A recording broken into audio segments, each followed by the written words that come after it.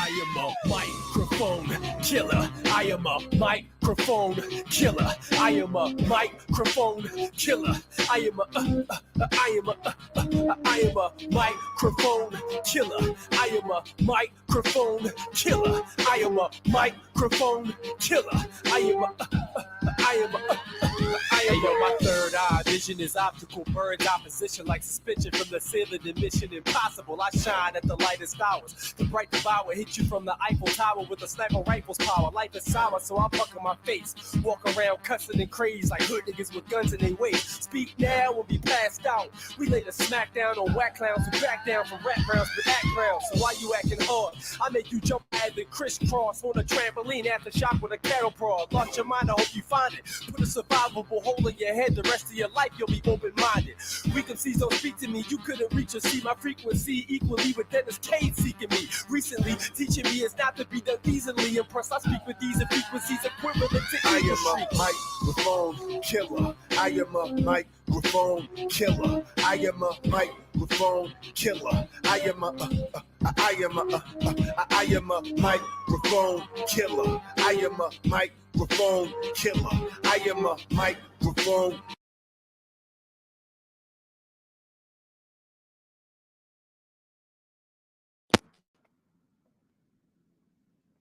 What's going on? What's going on? All right, you know what time it is. You know what rhyme it is. I'm your gracious host, A6. We're live and direct, live in effect. Man, the day was hot today. It was like 89 degrees today out here in the East Coast. We had all kinds of odd weather issues. Sky was doing all kinds of weird stuff. You know what I mean? But this was regardless, we still made it to this day.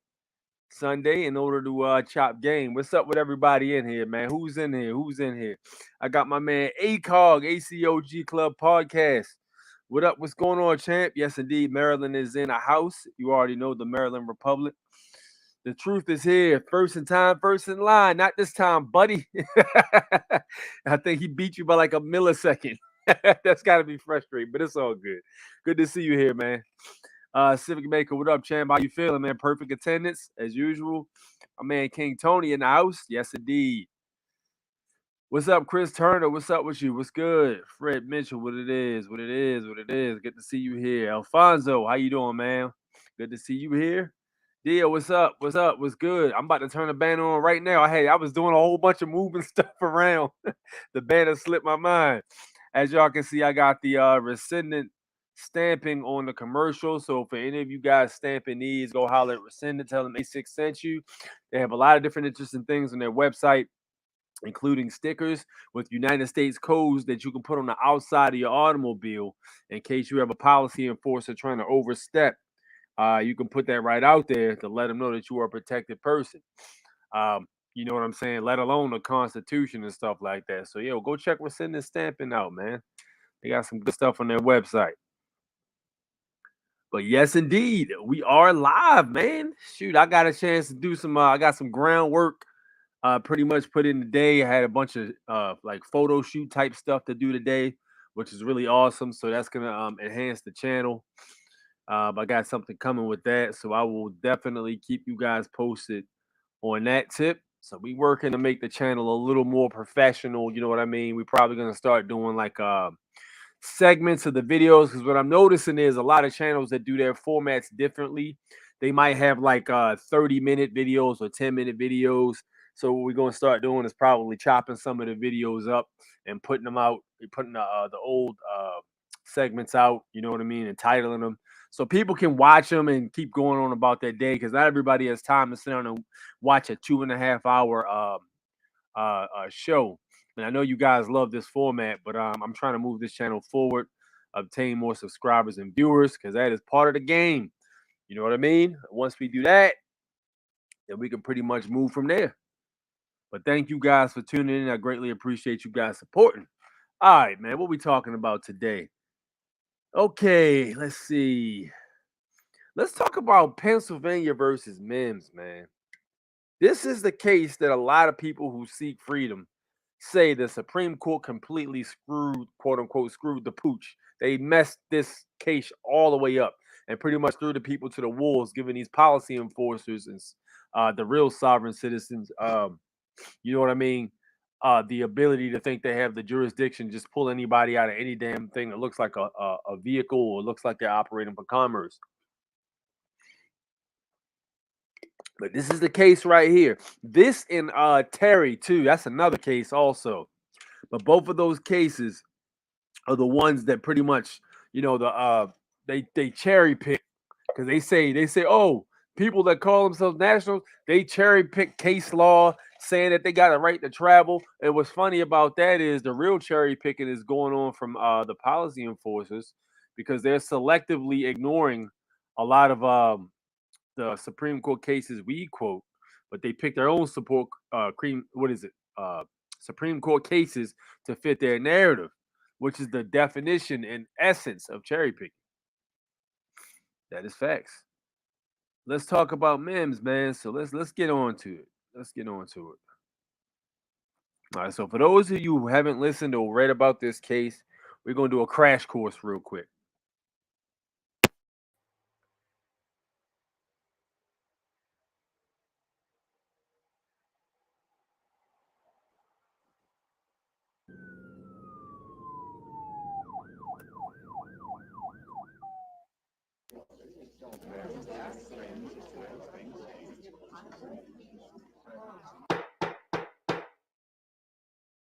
Hello and welcome back to the channel, everybody. We have our first requested case, Pennsylvania v. Mims, which for me is even twice the fun because I've never read this one before. So thanks so much for the case recommendation and keep them coming, everybody. Before we hop into Mims, do me a solid, hit that like button, subscribe if you haven't already. It's a barrel of fun over here, and off to the case we go. We're going back in time to 1970, where two Philadelphia police officers were on a routine patrol and observed an individual named Harry Mims. Harry was driving in a car and he had expired license plates. They stopped him, which they're perfectly reasonable to do, to issue him a traffic ticket. Again, perfectly reasonable to do. One of the officers approached and asked him to get out of the car and to produce his paperwork. So the standard license and registration, proof of insurance, please. Harry did what he was asked to do. He got out of the car, and the officer noticed something interesting. There was a large bulge in his jacket. Fearing for a weapon, the officers then frisked Mims, and what they found was a loaded .38 caliber revolver. He was at that point arrested and charged with unlawfully carrying a firearm without a license and for concealing a deadly weapon. At his trial, his attorney filed a motion to suppress under the 4th and 14th Amendment arguments on reasonable search and seizure. Both were denied, and Harry Mims found himself rather convicted on both counts.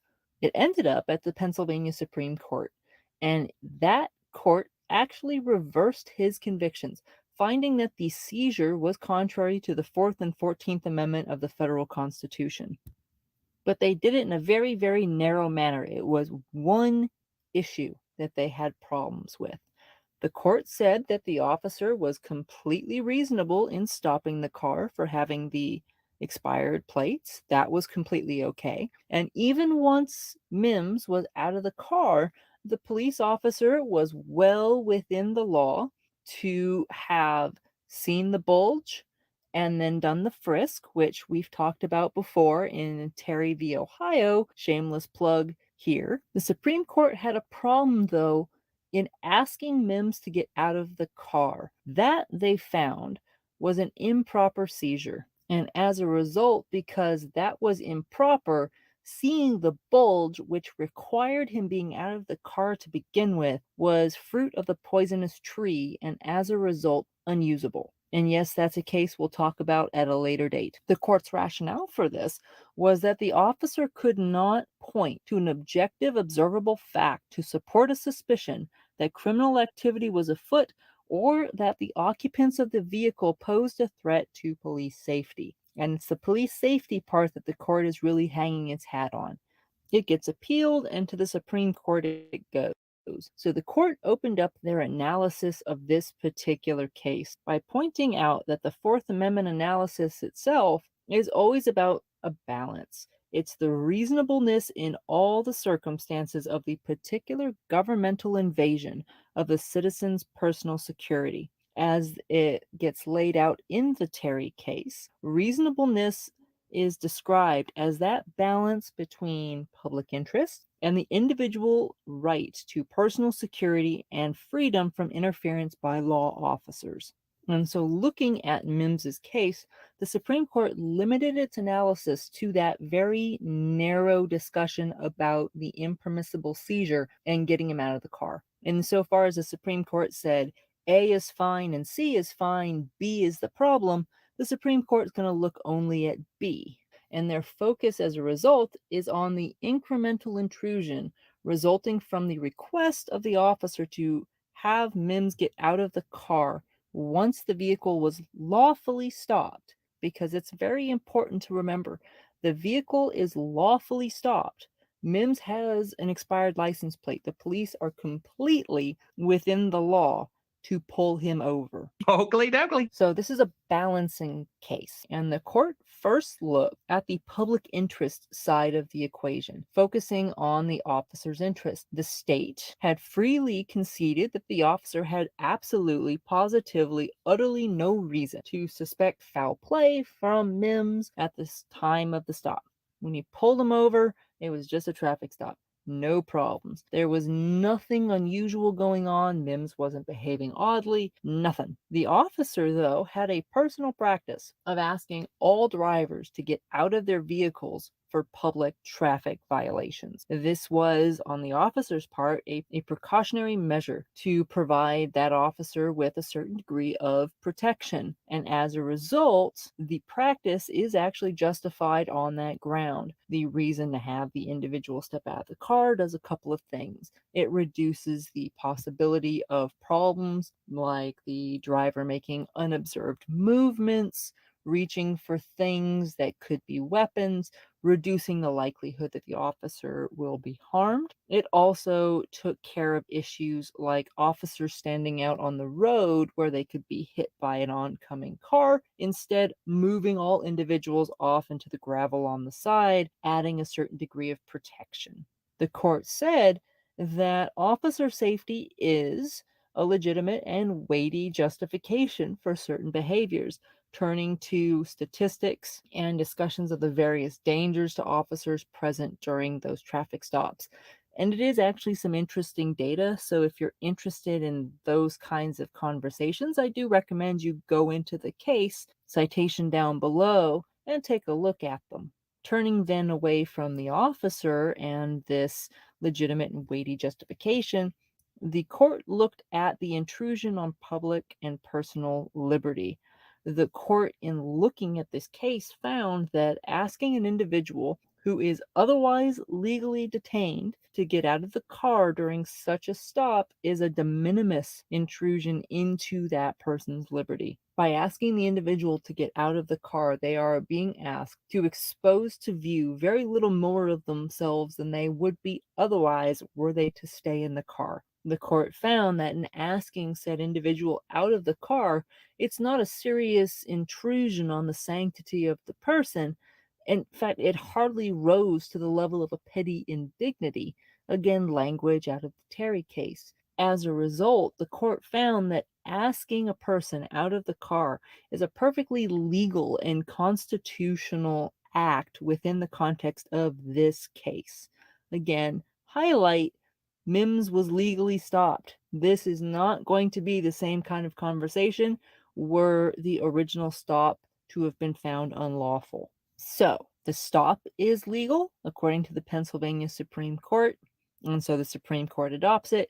And in this instance, the Supreme Court says asking him out of the car is perfectly constitutional and lawful. Therefore, the tree is good, so the fruit is good. When he was asked out of the car and the officers saw the bulge and engaged in a frisk under the concepts of Terry, finding the weapon, it's a perfectly justifiable search in this instance for officer safety, and therefore the weapon would not be suppressed. As a result, the court reversed the Pennsylvania Supreme Court's ruling with direction for further proceedings not inconsistent with their findings. But that's not all, because we have Thurgood Marshall and a dissent from said individual.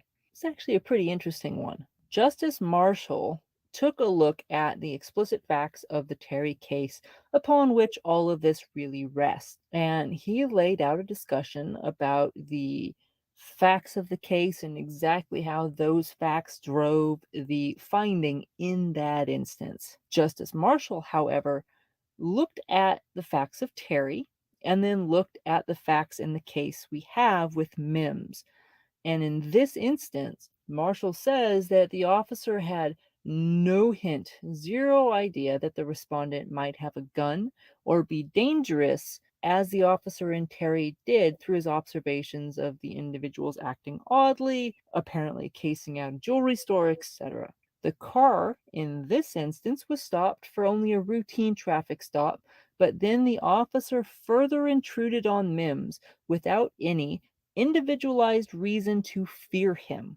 Now, remember, the court mentioned the language in Terry regarding officer safety. Marshall is hanging his hat here and saying that there's no reason for the officers to have feared him. They can't point to it. And as a result, the result can't be hung on the Terry stop, on the Terry decision, which limits the nature of the intrusion on a person by reference to the reason for the stop. And that is the underlying takeaway from Marshall's dissent, is that the intrusion has to be tied to the reason for the stop. In looking to Terry, the court says that the officer's action must be reasonably related in scope to the circumstances which justified the interference in the first place. In this instance, according to Marshall, the circumstance justifying the interference is an expired tag. That's what the police have to stop Mims with. And as a result of that, there's absolutely no relation, according to Marshall, at all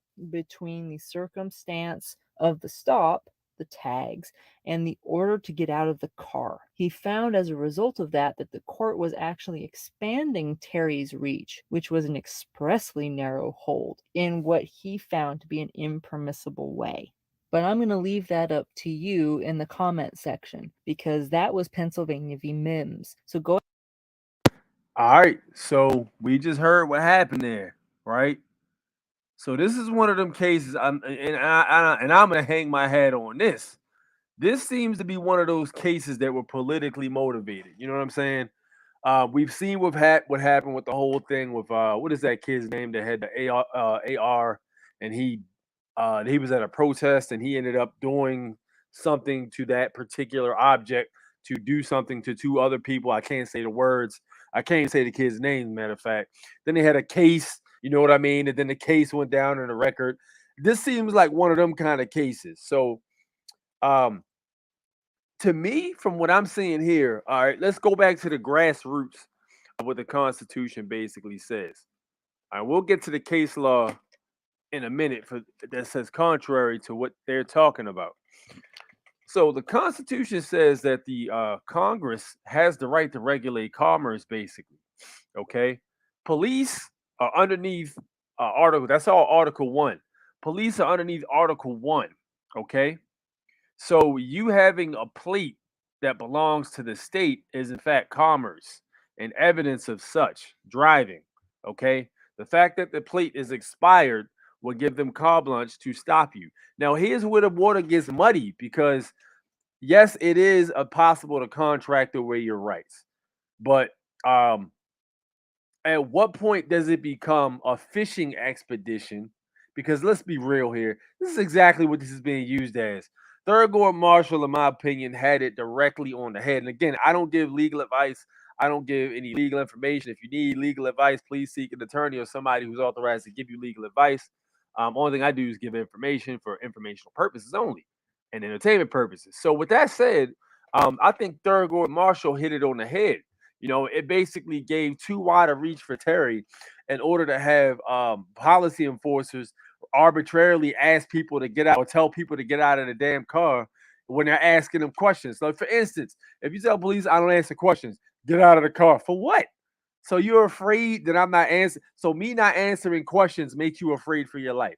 It's supposed to be individually based, not just as a blanket uh general fear. Because let's be honest, let's just put ourselves in the policy enforcers' shoes for a second. Let's be honest. Getting with the reputation that these dudes have, getting out of your car or your vehicle in this matter and walking up to another strange vehicle with a person you don't know who you've already agitated is scary. But that makes the job inherently scary. You know what I'm saying? And if you don't want to be scared, you should probably do something else, like be a construction worker. You know what I mean? If that's the case, if fear is the main drive of the goal, and it's supposed to be one of those things where this case is driven by the fear of the police officer's safety, being a police officer inherently comes with a certain amount of safety hazards. You know what I mean? So that's a poor excuse to me for that case. But it sounds like what's basically happening to me. The dude Mims, he had the plate on which he was operating in commerce until he was able to rebut such claim. And then from there, asking people to get out of the car as a standard practice. This is before the case even existed. The police officer was telling everybody to get out of the car, which is completely ridiculous in my opinion. But that allows it's too much space for fishing there. You know what I mean? Fishing is when the police officers basically try to find something extra to charge you with. Because look, a traffic ticket ain't going to bring them as much brass or, moving up the ladder, corporate ladder or such. So, arrest is what they really want. So it's a situation where they're going to fish and try to find additional information, try to get you to say something. Now they smell marijuana. They smell that. You know what I mean? Now they want to search the car. Now they want to check the glove box. Now they need a warrant to check the glove box. You know what I'm saying? It's a stepping ladder. And this is the problem with Mims. Mims is one of them cases they use to try to justify their overstep. It's supposed to be police officers' individual fear of safety. It's not supposed to be, I'm afraid because I'm pulling somebody over and it's inherently a scary thing. Oh, they're not answering questions now. I need them to get out because I'm afraid. Oh, if you're afraid of people not answering questions, that's probably not the best career for you to have, man. So that's pretty much my take on it. So yeah, it's one of those things where and Terry's another one we got to cover too. I got to look into that also. But Mims is basically a case where you have and then let's get to this part too. Let's before we even go that far. Let's get to this. All right. And these are other case rulings on that say the opposite. And we talked about these before. All right, false imprisonment, malicious prosecution, Joseph Shitty Esquire, The Practice of Law, Volume 1, Chapter 2, page 47, London 1837. Then his deprivation of liberty is the basis of an action for the tort or false imprisonment. Actual seizure or laying of hands is not necessary to constitute an unlawful detention. That's Hanser versus Bieber. All right. Go deeper into it.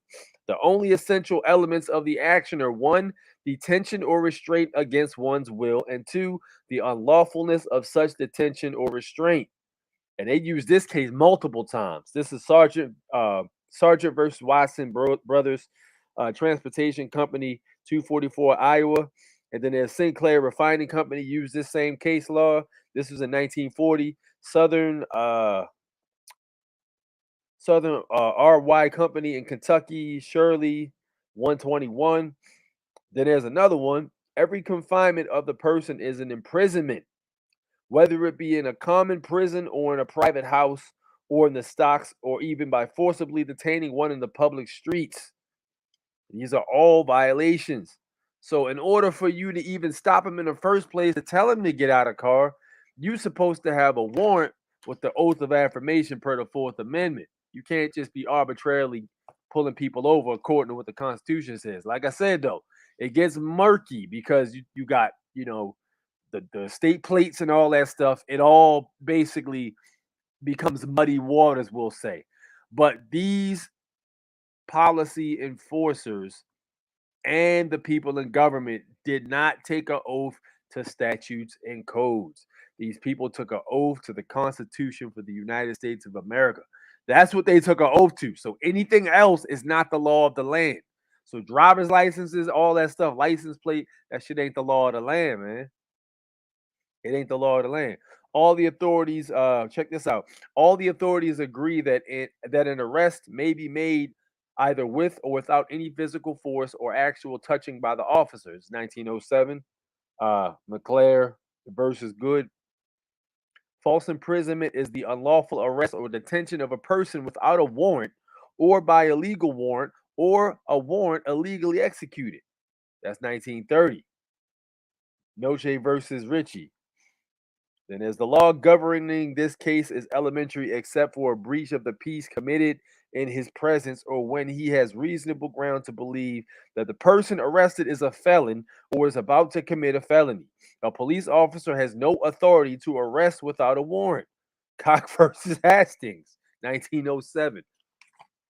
So it is what it is on that one, man. Like, yo, this is, and these case laws are all there, and if used properly, and if the people who are, well, let's say, I'm not even gonna say that because he probably used a lawyer, and the lawyer's not gonna look up any of that case law because at the end of the day, these lawyers, they are officers of the court, so they're not gonna ram it up the court's ass like that, or endanger the whole entire house of cards, so to speak.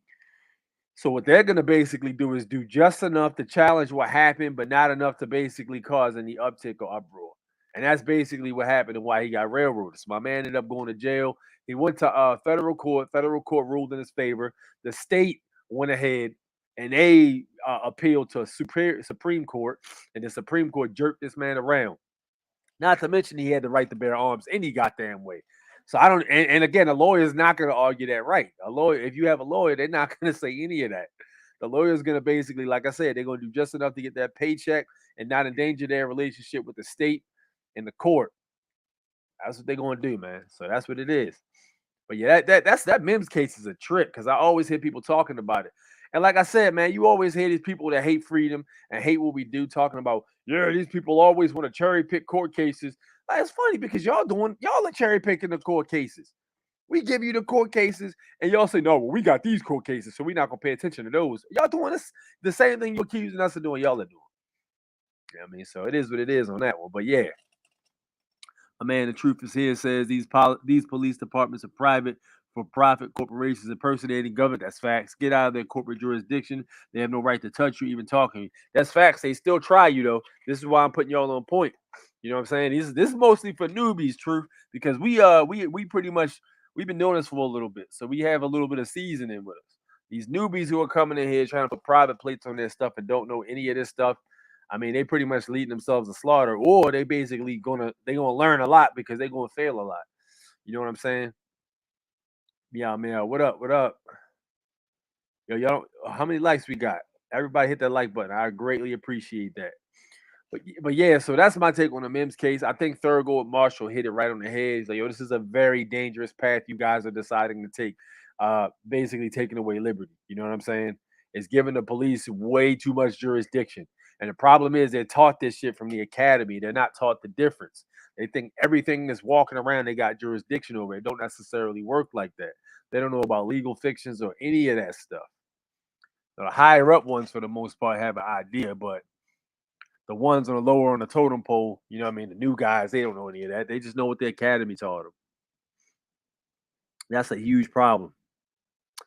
All right, let's move on, shall we?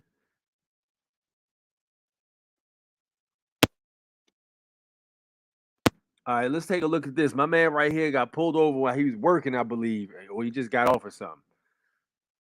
This is San Joaquin Jr. on YouTube if y'all want to subscribe to his channel. Ticket so I can go by my way. I'm not stepping out the vehicle, bro. I didn't do nothing. Prime example of what we just talked about. So there's some, so look, check it out. They can literally make up a reason to pull somebody over, right? Stop them and then tell them to get out the car. Now they smell weed. Now they want to search your car. Now they're putting shit in your car. You see what I'm saying? It's a slippery slope. I didn't do absolutely nothing. If you pull me out of this vehicle, I'm gonna file a lawsuit, bro. You violate my rights. If you don't step out, I'm telling you.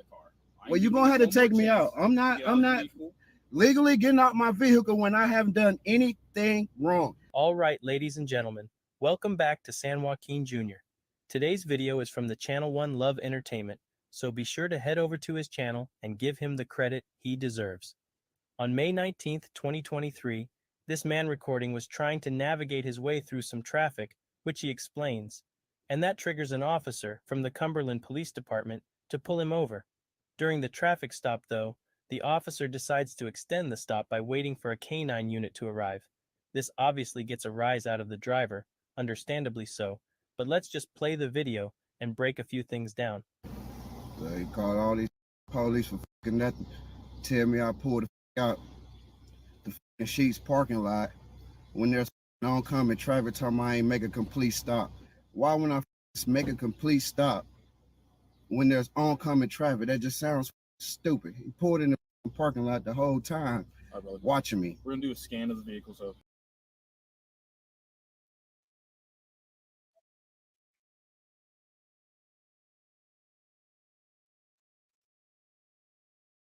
I hit the wrong button. Give me 1 second. Hold on. I hit the wrong freaking button. There we go. My bad. Committing a crime for a legal reason. So that's a traffic stop. That's a traffic issue. So do me a favor, step out of the vehicle. Write me a ticket so I can go by my way. I'm not stepping out the vehicle, bro. I didn't do nothing. I didn't do absolutely nothing. If you pull me out of this vehicle, I'm gonna file a lawsuit, bro. You violate my rights. If you don't step out, I will I'm telling you. Well, you're gonna have to take me out. I'm not legally getting out my vehicle when I haven't done anything wrong. Absolutely nothing. I was pulled over the other morning going to work for my headlight, right? I fixed it. You want to check it? I fixed it. If you can pull that up, I fixed the headlight. I just came from my house, get gas, got me a soda, got my oil change. I seen you pull into the fucking Sheets, eyeballing the car the whole time. I don't know why y'all keep pulling me over. I'm out here working because I'm in a fucking union. That's why I got Mississippi tag. That's the whole reason you pulling me over. I drive the other car, you pull me over in it. You pull my old lady over in it. All right, well, if you it's just ridiculous. If you step out, we're gonna scan the car. What you gonna scan the car for? You can look and see there ain't nothing in the car. Okay. Are you giving me consent to search the vehicle? No, I'm not giving you nothing. Okay, then step out of the vehicle. No, I'm not. Call your supervisor, man. Call your supervisor. Step out of the vehicle. I want to speak to your supervisor, please. Call your supervisor. Call your supervisor. Call your supervisor. I'm telling you, pull me out the car, you fucking up. That's all I'm telling you. My people's work in McLean, Virginia. I'm telling you, you pull me out the car, you fucking up. You're making a big mistake. Well, the issue is you're making a big mistake. For a legal reason. You stopped me because you said I pulled up. No, you didn't come to the car. You didn't come to the car and said, sir, you smell like alcohol. You smell like marijuana. None of that. None of that. You just go to your car telling me you pulling me over for a traffic stop. Go to your car and then 10 police fucking pull up like I'm supposed to be fucking scared or something. I done been through this plenty in my life. I'm not stepping out of shit. I'm not stepping out of shit. That's my right, dude. You don't know your fucking, I'm done. I ain't even mad at my man, yo. I'm not even mad at him, even though he moving like he need to get his shit together with the national shit, honestly. But even though he, you know what I'm saying, moving like a U.S. citizen and he got a union job and all that stuff and using the N-Leaguers, I'm not even mad at my man, though, because dude said he get harassed on the regular. He said, I ain't get out of nothing. I'm not even mad at that. I'm done talking. You gonna step out of the car now? I'm not stepping out of shit. Then that's another thing, too. Like, yo, if it's a problem with his plates or something, write the man a ticket. Write him some citations and slide. What the fuck he got to get out of the car for? That's retarded. No. Okay. Give me your supervisor. Let me and him talk. All right, cool. Your sergeant, whoever's in charge. Okay. It's bullshit. I'm not stepping out of shit. Once I step out of the vehicle, I lose my rights. I'm not fucking stupid. What rights would you Whatever. Any painter can paint, but only CertaPro paint. Whatever, dude. You're being recorded. We're being recorded, so I know I am. That's my right too. Okay. So let me roll down the window for him so he can see, he can smell. Everything's fucking clean. This is my work vehicle. You see my fishing poles? I like to fish. We've been fishing. I'm about to go by. It's funny because this man just got done fishing and he ran into two other motherfuckers that's fishing because they literally trying to get a charge out of you. They fishing like shit. I'm in a fucking boat soon. You're in the wrong button, buddy. Yeah, look in there. Ain't nothing in here but work shit, tools, fishing poles, a battery from my truck that I just In the United States Supreme Court case of Pennsylvania versus Mims, the courts backed a decision holding that a police officer ordering a person out of a car following a traffic stop and conducting a pat-down to check for weapons did not violate the Fourth Amendment to the United States Constitution. Basically, if an officer conducts a traffic stop, then they have every lawful reason to ask you out of the car. This decision is one that should be overturned. So here's the thing. I'm gonna have to look at the case specifically. Does it say asked out or ordered to get out? Because that's a big difference. You can ask somebody to do anything. You know what I'm saying? I can ask the cop to get in his car and drive away and leave me the fuck alone. But can you order a motherfucker to do it? That's the question we need to look deeper into. So I'm gonna have to read the actual text to that case sometime, hopefully this week if I get time, and try to see what it actually says. Considering that it leaves too much discretion to an officer that could ultimately make a mistake and end someone's life. So charge it up for this guy. That's it. I don't do nothing. Whatever y'all perception is, why y'all keep pulling me over, it's gonna fucking stop. After today, it's gonna stop. Following traffic rules. I follow traffic rules. Well, if I haven't followed traffic rules, check my driving record. Check my driving record. That tells you a lot. If I haven't, yes, it does. Yes, it does. Y'all on 68 all day. So I follow my traffic rules, dude. So I have way more tickets. Y'all just fucking with me for no reason, which I'm with it because I need some money, free money. You want to give it to me? I'm gonna get it. So I don't need the money. I work for a living. No, you don't. No, you don't. I haven't did anything wrong, sir. I haven't did anything wrong. Where things come into question isn't with the justification of asking the driver out of the vehicle. Rather, it's whether or not this traffic stop was a lawful one. See, while this officer was the one conducting the stop, he has yet to let the driver know what traffic code he violated. While an officer can search a vehicle during a lawful traffic stop, everything becomes null and void if there's no lawful reason for the stop. For that, the burden of proof would fall on the officer. All of this to say, that can only be settled in court. As far as the court of public opinion goes, Yo, people that says at the top, we just talked about Justice Thurgood Marshall, right? Let's give an example. All right, so Justice Thurgood Marshall wrote a dissenting opinion stating that the frisk that the officer proceeded to do to Mims can only be permissible under the Fourth Amendment if the search was the reason for the stop. The reason Mims was pulled over was due to an expired license plate, which in no way has to do with carrying a concealed weapon. So truth be told, listen, if it's a situation from what Justice Thurgood Marshall is saying, if it's a situation where you ride down the road and you pull up next to a cop and you just doing like this with an arm, you just doing some crazy shit like this, and he pull you over and yank you out the car and search you and find it in your jacket, Justice Thurgood Marshall is saying that would be permissible because that's the reason for the stop. You know what I'm saying? But if you wave your arms in public like a dumbass, hey. I got nothing to say to you. These officers are clearly tyrants, and this seems more like fishing expedition. I let y'all slide on 6th date when y'all pulled me and my little girl out of the car one night. I let y'all have that. That officer, he's no longer working with you guys. I let y'all have that. I didn't fight, and I really had y'all to the left then, dead to the left. My auntie told me you say, but I'm not getting out the car, man. I ain't did nothing. What you want me? Do I have a warrant? All right then. Hey, listen. All right, if he really wanted to press the issue, he can get all them cases dismissed off of what the fuck did he just said out his mouth with this footage. What that police officer just blatantly said there's no warrant, this stop is completely unconstitutional, period. According to what he just said out his mouth. I ain't did nothing. Listen to me. I haven't did nothing. Listen to me, and I will explain this. I'm listening. The reason we want you out of the vehicle is because it is their policy that the occupants of the vehicle have to be out of the vehicle while they do the canine scan. What they doing the canine scan for? We can scan any vehicle we want. For what? So why didn't the lady that pulled me over the other morning, why didn't she do the same process? I have no idea. I wasn't there.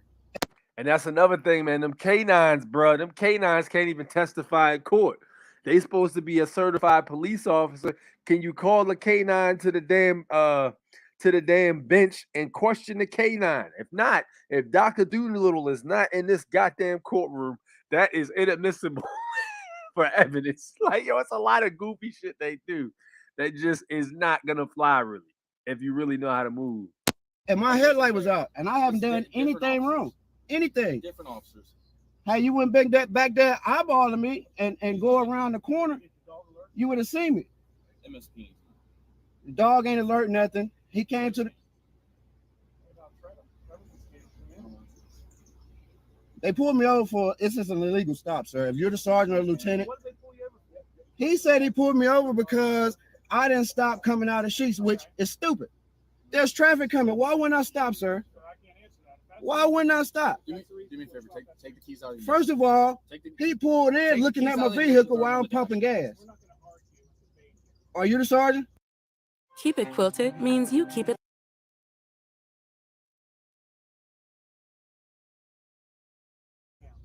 If he stops you for not stopping, then that's the probable cause for what we're doing. This is a traffic stop. Why can't he just write me a ticket and I go by my way? Because he has indicators that he wants to run the dog around. For what though? For what is the reason?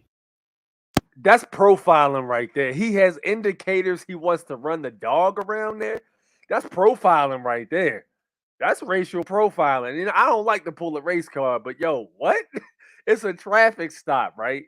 Y'all talking about us for some illegal traffic move he did. Why do you want to run a canine? What is the indicator you want to run a canine around the car for? That's racial profiling. That's what that seems like to me. And I hate calling the race shit because I don't believe in that being held back by any kind of shit like that. But if you saying he has indicators, he wants to run a drug sniffing dog around a car for a man that's literally showing you nothing of the sort, and you don't smell any weed, because if you did, you would have pulled him out the car like 3 minutes ago or 5 minutes ago. What do we typically run a dog around for? Drugs. Okay, but he haven't said anything about drugs when he comes to the car. He never said once he suspected me doing anything, sir. Why is it necessary Nothing. for us to argue about this? It's not If you have nothing in because if I'm telling you I haven't done anything wrong and he's saying that I have, Okay. It's his word against mine. Okay. I haven't done So anything. then if you have nothing, Absolutely to worry nothing. about, you can let them do their job here. And you know what's crazy about if you have nothing to hide or nothing to worry about? Yo, but like that's the same thing when the police officers don't be wanting to give people their badge numbers, man. This is a problem the community has with these kind of police officers because they're hypocrites. Like, yo, how many times have we seen First Amendment auditors get fucked with by police officers and they don't give them their badge numbers? They do some sideways. I done seen a police officer punch a auditor in the face up in New York. This was like 4 years back. I think it's I can't remember what his name was, but he was a New York auditor. He got a real thick New York accent. He sounded like that dude from what's his name? Hustle Man from Martin. He sounded like him or whatever. But he got punched in the face by a police officer. And he asked the police officers that was watching it happen, what is his name and badge number? Nobody wanted to answer the question. All right, cool. Well, if nobody has anything, if nothing was done illegal, then you know what I'm saying? Then what's the problem here at the end of the day? But that wasn't how it went down. That's what I'm saying. It's not, it ain't reciprocated. And you can go about your business. They can scan the car around. I'm not getting out though. Once the dog alerts, They get it ain't gonna alert. Well, that you just automatically saying the dog's gonna alert. And here comes all the cops planning bullshit. The whole notion of if you have nothing to hide, then you have nothing to worry about is complete and utter nonsense. Not wanting to be searched is not a matter of guilt. Rather, it is a fundamental right as a human. Also, the canine unit can also make the dog jump by giving them a certain command too. I've seen them do it before. Like they'll give them a certain command or a certain way they manipulate their voice, and the canine will jump on the car like it sniffs something, and then they'll be like, "Yep, we found something. Go ahead and get out." And then from there, you know, God help you, because they might throw something up under your whip or some up under your car seat. You know what I'm saying? And one that is protected and outlined in the Constitution. Like stated earlier, Pennsylvania versus Mims opened up a jar of flies. It gives too much discretion to an officer and permits them to completely overstep the boundaries outlined by the Constitution. The problem when allowing this one minor situation to be permissible is that it will be abused, and I believe that is what is happening here. That's what you're saying. Now You're on putting words. camera. I said if. No, you're pretty much telling me that. I said if the dog alerts, you that's get like out. you're pretty much saying What up? you're just telling me what you're gonna do. Whether or wait, it don't matter what y'all do, man. There's nothing in the vehicle. Can you at least turn your ignition off for me? There's nothing in the vehicle, so you're just gonna want to violate my rights. Go ahead and violate them. Yes, it is. You just gonna violate the right. You can open the back door and let them in if you want.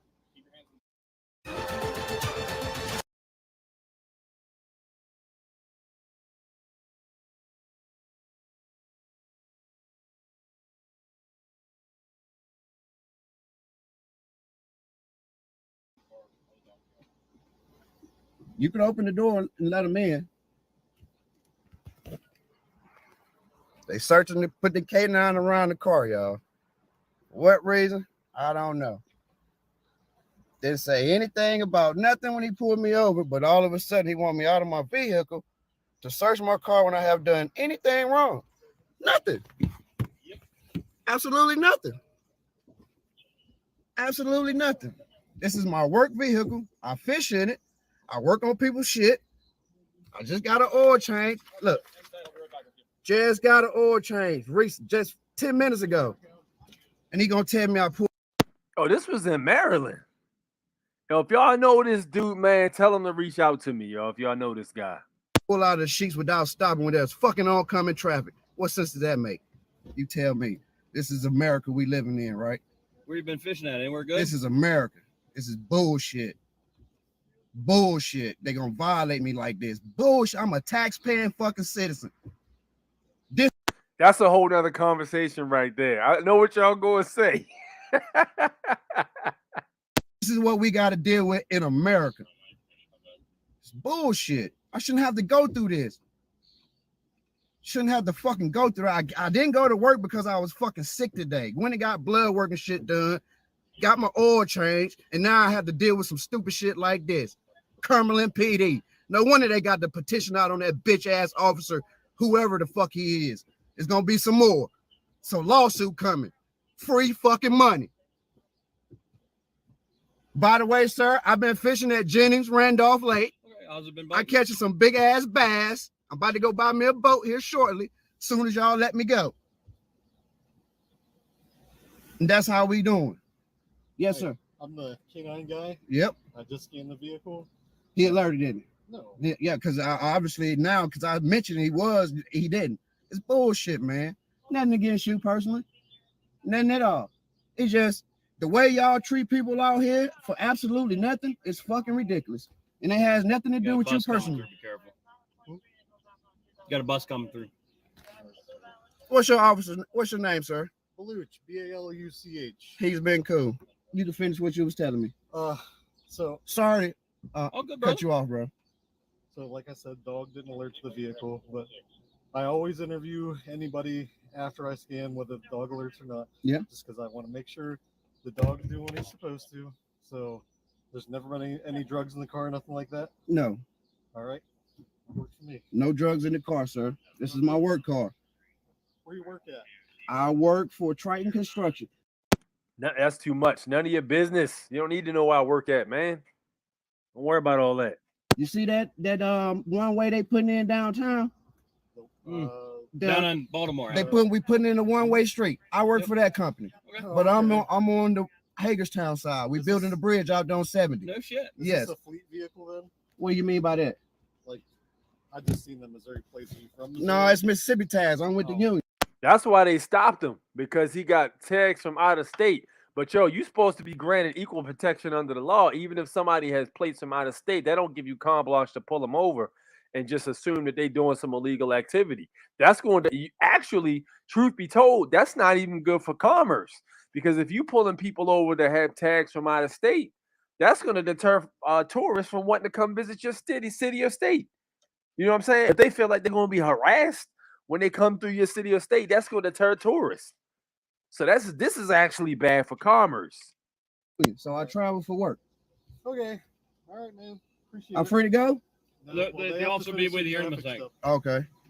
But as far as the dog stuff, you're done. They just have to finish your warning or whatever they're doing, and then Thank you, sir. No, they don't need to give me no warning. He need to write me a fucking ticket. Because they keep giving me warnings, but he keeps saying I keep violating the law. So what's your warning here? That's another warning. Because I've done nothing. I don't feel like police. Another warning. He said he don't write tickets. He just said because I don't write tickets. Okay. So you don't write tickets. What the hell are you doing out there? you looking for arrest? You fishing?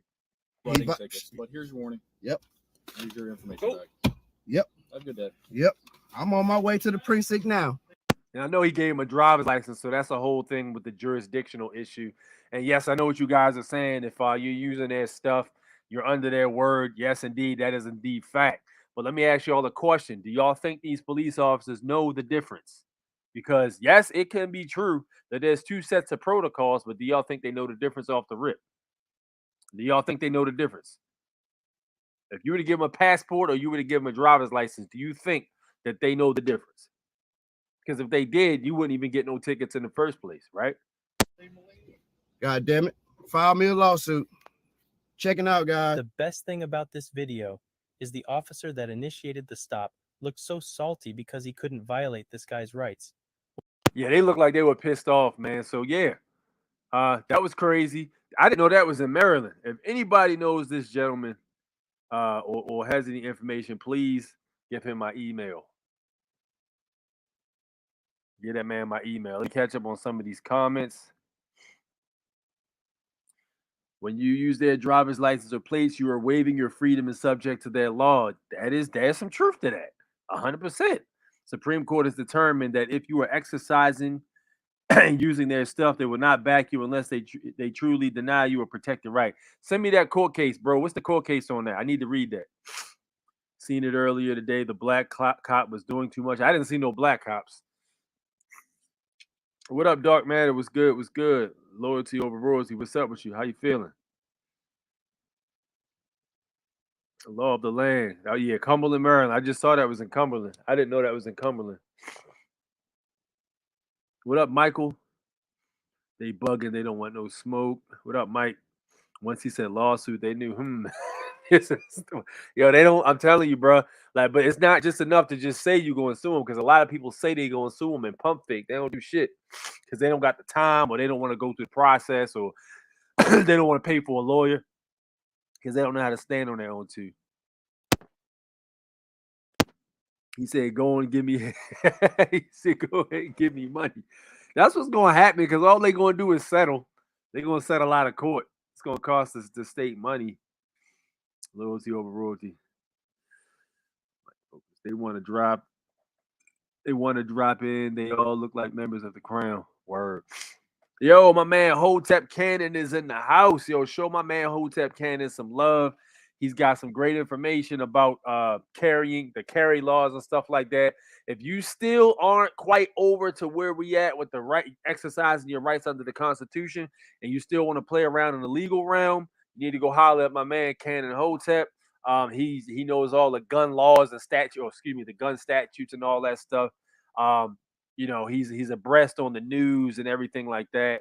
So if you're interested in that, go holler at my man, and he has a pretty good show for you to check out. Standing on the square, the unlawful order of command, I suppose. I would listen. You already see how I move. And I listen, anytime y'all pulled over by these policy enforcers, man, y'all need to make sure y'all got your doors locked. Some of y'all got them cars that was built after like 2010, where they automatically, once you put the car in park, it automatically unlocks all the doors. So y'all need to make sure y'all got their doors locked, and y'all need to make sure y'all got your windows up just enough to slip an ID through. Don't be opening your window all the way because some motherfuckers got to grab your hands. They grab you as fuck, boy. They grab you like shit. Real. Hey, he spit on the ground. He should be cited for that. Right. How about that? I thank you, cuz next time I've got a vehicle, etc., I'm going to print loads of laws and have all my paperwork in my glove box ready to go. Listen, I don't recommend you. Listen, all right, that's what the stuff like this is what I'm talking about. I don't know if you knew or not, and I'm not trying to be a jerk, but y'all got to be careful how y'all moving. Don't have nothing in your glove box, okay? These dudes are already on edge. You know what I'm saying? When you start talking about laws, don't do it. get yourself something like this right here. Get yourself a little folder, you know what I'm saying? You can put stuff in, get yourself a folder, and put your stuff in that and keep it between the seat and the armrest, right there visible. So if you need to get your stuff, pick it up with 2 fingers, pull it out. Don't be reaching in no glove box. Don't reach under your seat. Y'all got to be careful how y'all moving because these police officers are they're on edge. You got to be careful. You know what I'm saying? Don't be out there acting crazy. He didn't spit no constitution or law and still said, hell no, I'm not getting out. My man, he wasn't going for it, yo. My man said, here's what we're not going to do, all right? He said it's ordered. Oh, shit, it ain't no goddamn. First off, you got to establish jurisdiction before you order anything. You can't just order a motherfucker to do some shit. You know what I'm saying? You got no like he gave him a license, so whatever. But in terms of if you move exercising your right to travel, ordering you to do something, you don't have no jurisdiction. You can't order me to do nothing. That's why you have to ask them, is that a lawful order? Man, they're gonna say yes, and they don't get punished for saying, well, they can get punished for saying it's a lawful order if it's not. But a lot of times they don't, because you would have to argue with them in court over that. Like I said, bro, you know what I mean? Yeah, there's ways to move, man. I ain't telling nobody how to do whatever about when it comes to something like that, but I know what the Constitution says, and I know what the law of the land is. The law of the land is the Constitution. Most of them don't even know that shit. That's facts. I looked into it a while back. Okay, respect. It needs a fee schedule. The fee schedule is cool, but you're going to have to take it far. People think just because you put a fee schedule on a record and you send a bill to the police department, they're just going to send you money. As far as I know, unless you know something I don't, it ain't that easy. You're going to have to take them to the ringer. You're going to have to take them to federal court because state court ain't going to do nothing for you. You might as well go straight to federal court. You're going to have to get a judgment, and then you can come back and go after bond information and stuff and do it that way. You know what I mean? Can they lawfully order anything, or they just legally try lawful versus legal? Yeah. Well, they're on the legal side of things anyway. When they're enforcing statutes and codes, that's all the legal realm. But we already know lawful holds more weight because the law of the land is the Constitution. That's the law of the land. Statutes is not the law of the land. That's why we had to put them on notice early. Yeah, you can always hit up the sheriff. He said this is going to go bad. It didn't, though. They tell him to get out the car and he doesn't, they can snatch him. I don't agree with that law at all. That shit ain't a law though, man. See, that's the thing. Like, you talking about like with driver's licenses and statutes and all that stuff. All right, if you give him a driver's license and they tell you to get out the car, which he did, they could very well yank you out the whip. That is 100% possible. All right. The way we move, we don't even rock with driver's licenses like that, bro. We give them a passport. You know what I'm saying? And we exercise the right to travel. We don't drive. So there's 2 different things. So if they yank you out of the whip and you exercising your right to travel, now you got a nasty 241, 242 lawsuit, deprivation of rights. You got 4th Amendment, 5th Amendment violations. So the thing about it, when you get a driver's license, you sign in a contract. If you read that contract, you actually sign with that driver's license. That pretty much puts you in the realm of the legal territory. You know what I mean? Statutes and all that stuff. You pretty much signing an agreement. When you carry that license on you or any types of contracts with the state, that's what happens. You got to follow them statutes. And it's not a law, that's a statute. That way, when they violate, they can hit them with a lawsuit. You need that traffic stop body. Yeah, listen, man. If you gonna be moving, all right. If you out there moving around in their territory with that driver's license, you still got to know the statutes. If you moving around with their territory and you haven't gotten rid of your you want to keep your license or whatever. Let's say you want to contract with the state because you can do that. It's your right to contract with the state. You need to have a binder in your car anyway, and it needs to have statutes in it. You need to know all the statutes because if you're moving around in the statute realm, you better know the statutes. Period. They just need probable cause. That's a shaky area. That's a shaky area. Let them snatch you. That's kidnapping and human trafficking if they take you to jail. That's if you don't have a driver's license. Correct. And you're not driving. That's correct. Unwanted touching, that's assault, etc. Yep. If they take your property with no warrant for the search either, that's also yes, indeed. You're supposed to get due process before they take any of your property. Also, the Fifth Amendment says that you're supposed to be compensated. If your private property is taken for public use, you're supposed to receive fair compensation. So if they don't do that, let's say they take like your private plate off of your automobile and they want to take you to court and use your private plate as evidence. Well, you just took my private plate and entered it into the public realm, and I haven't been compensated for that.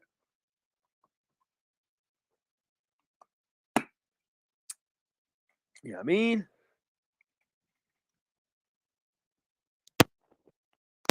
his problem is that he has a state of plate he contracted and is subject to. Agreed. Agreed. I still think he could get a little bit of cheese off of him because that just seemed like racial profiling to me. I still think he could get a little bit of cheese off of him, Wolf. Honestly, that seemed kind of racially motivated. Like the dude had locks, he was kind of dark skinned, he had the glasses on, the little whatever Gucci or whatever hell kind of glasses he had on. He looked like an easy lick. Like, yo, this motherfucker gotta have something in the car. That's what it seemed like to me. It's the police ego at this point. It always is, man. It always is, and it's always the younger. Well, I'm not gonna say always, but a lot of times it's the younger dudes in their 20s that's testosterone driven, where they don't have no kind of critical thought. It's all go and no thought. You know what I mean? But that's the ones they want. They want guys like that. They don't want guys to ask a lot of questions. They want the guys that's just gung ho, qualified immunity or cover them later. I didn't have a state plate and they still tried me. That's why they in court right now. Hey, like I said, Mike, hey, that's what I was telling you. You think they know the difference? People saying if you got their stuff on, I mean, you still very well could get tried because you might have a police officer that don't know the difference. That's what I'm saying. They don't. Not all of them are familiar with that procedure. The ones who are familiar with that procedure will not pull you over. That's why you could go in front of a police officers with private plates, and a lot of times they won't even stop you in most cases. I rode around for 2 years and didn't get pulled over with the private plates, and I was in front of state troopers. I was in front of regular police. There was a police officer. When I used to go to work about a year and a half ago, there was a police officer that got behind me every morning, the same cop, and he never pulled me over, not once. I had a private plate on and everything. Certain police officers are familiar with that procedure. So once they run into it once, and then you know what? Another thing too, I think when they pull over somebody with private plates, why they call 5 other officers to come, I think it's so the other officers can also get education on that shit because they're not teaching it. So once they get the education on it, it's like, all right, cool. I know how to. You know what I mean? They might not in that situation, unless you really hurt their feelings, they might not even pull somebody over if they see them with the private plates next time. They might just go around them.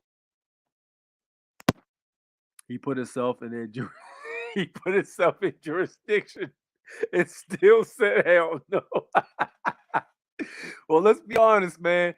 Did he put himself in their jurisdiction or did he put the in legus in their jurisdiction or the ins legis or whatever y'all want to call it? I like to call it the in legus because that shit worked for me.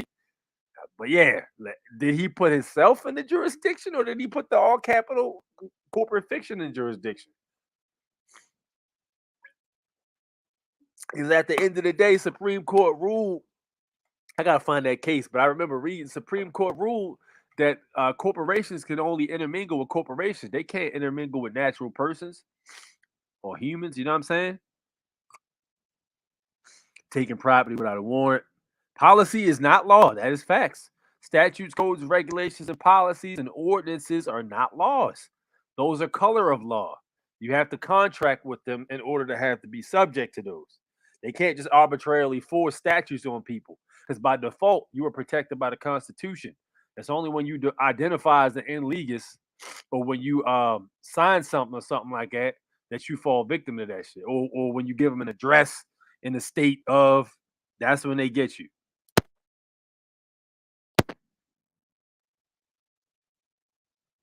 They swore an oath to the Constitution. They did not swear an oath to any statutes or codes. And even when it says state laws, you know what the state law is? The state law is the state constitution. It ain't no statute. Statutes are contractual.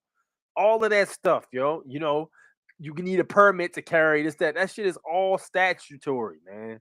It's statutes. The Constitution says it is the law of the land. We're on, as long as we standing on the land, we straight. You just got to know your rights. Now, if you start getting on a boat and going other places like that, you subject to maritime jurisdiction, which is when statutes and all that other stuff comes into play.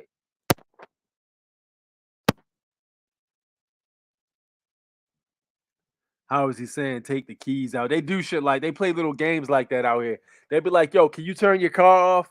And a lot of times, a lot of them know if you turn your car off, and some cars your doors are unlocked. So a lot of them know that. So they ask you to turn the cars off, put the car in park. They do little weird shit like that. It's my car. I'm not going to do that. Right. They said it was some kind of traffic infraction. This happened to me back in the day, bro, in Colombia. Man, listen, hey, look, hey, the way me and Ken and Hotep used to literally drive back in the day, bro, man. Yo, we used to do some wild shit back in the day, man. Yeah, we had sports cars, you know what I'm saying? We used to boogie. What? I remember that time. I ain't gonna say that, bro. We got busy though. Put it that way. We was literally Paul Walker and goddamn Tyrese on Too Fast, Too Furious, and where we used to get busy. Yes, sir. Stalking too, profiling. Request W9 on the spot. Look at that. They don't even know what a W9 is a lot of times, Dark Matter. They don't know what a W9 is. I would have all three badge numbers if they give them to you. Yeah, absolutely. BS stop. They're escalating to stop fishing for anything. They trying to justify the stop, yo. But like at the end of the day, even if they found this man to have a rocket launcher in the back of his goddamn car, you know what I'm saying? That stop was basically it was bullshit. So even if they found a rocket launcher, that shit is inadmissible. Mine are so dumb they don't even know what a hey, listen, they don't know what a W9 is, man. I don't know what that is. I had one in the foyer call me a sovereign. I'm like, you don't know the law. They watch each other's back, man. They gonna protect each other, man. It's that blue wall. It's illegal, gang. It's the same thing as the military, anything like that.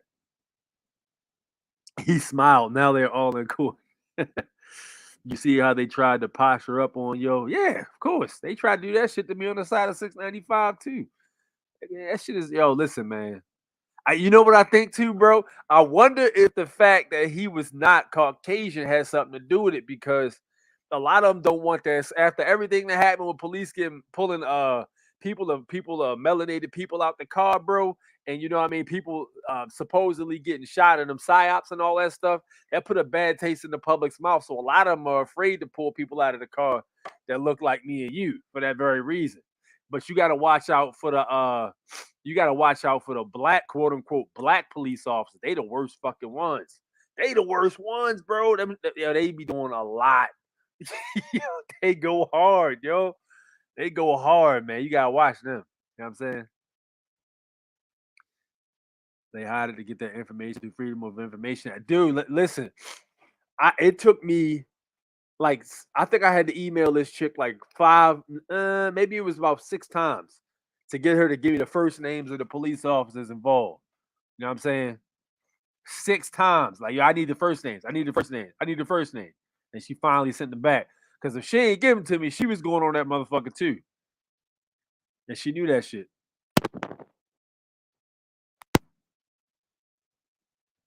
Yeah, that's when they get real shook. They giving him money, like I said. Oh, absolutely. Ask I request your W-9s so I can stay in compliance with the IRS and look at their face. I doubt they give a shit about any of that, man, to be honest. They'll say it's a hit and try to plan some right. Dash cams are always a good thing. Back kick that like button. Virginia, what up? What up? Thank you so much, yo. It's 41 heads in here. It should be 41 likes. I ain't look at the likes. Don't make me look at the likes, man. If I gotta look at the likes, y'all gonna make me look at the damn likes. God damn it. Y'all supposed to bend did that. On the way in, y'all supposed to smack the like button. Y'all be taking time away from the damn show so I can check the likes.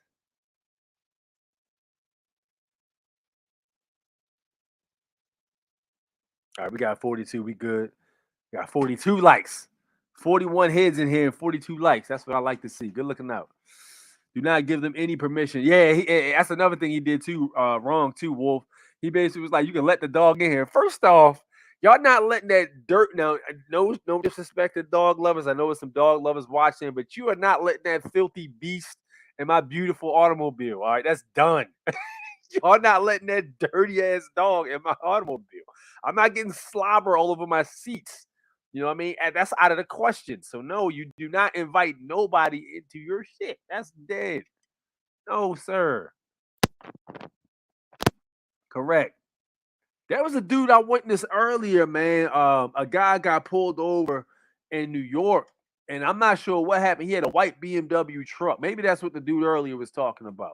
But he had a white BMW truck, and they pulled him over for some reason. But they just showed the part where the police officer, it was 3 police officers in the back of the car, and they was standing like less than an inch away from this dude. They was in his grill. And he was like, yo, why are y'all standing so close to me? And he told the police officer, get his ID. And he goes in the car. He said, y'all don't consent to you taking my ID out of the car, man. They went in his car against his will and took his driver's license out of his fucking wallet.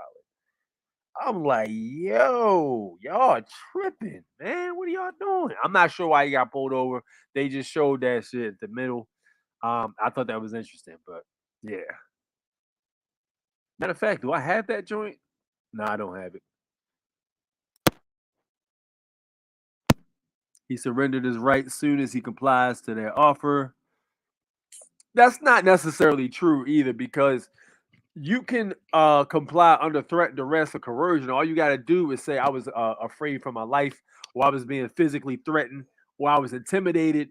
You know what I'm saying? You can state the logical reasons as to why you were intimidated. You have 3 dudes with fully loaded 9mm and pepper spray and tasers and body armor. You know what I'm saying? And numbers threatening you or telling you to do something. That's definitely coercion right there. 42 United States Code 12203, retaliation and coercion.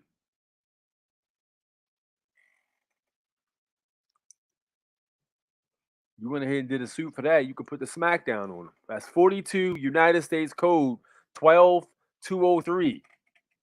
Look into it.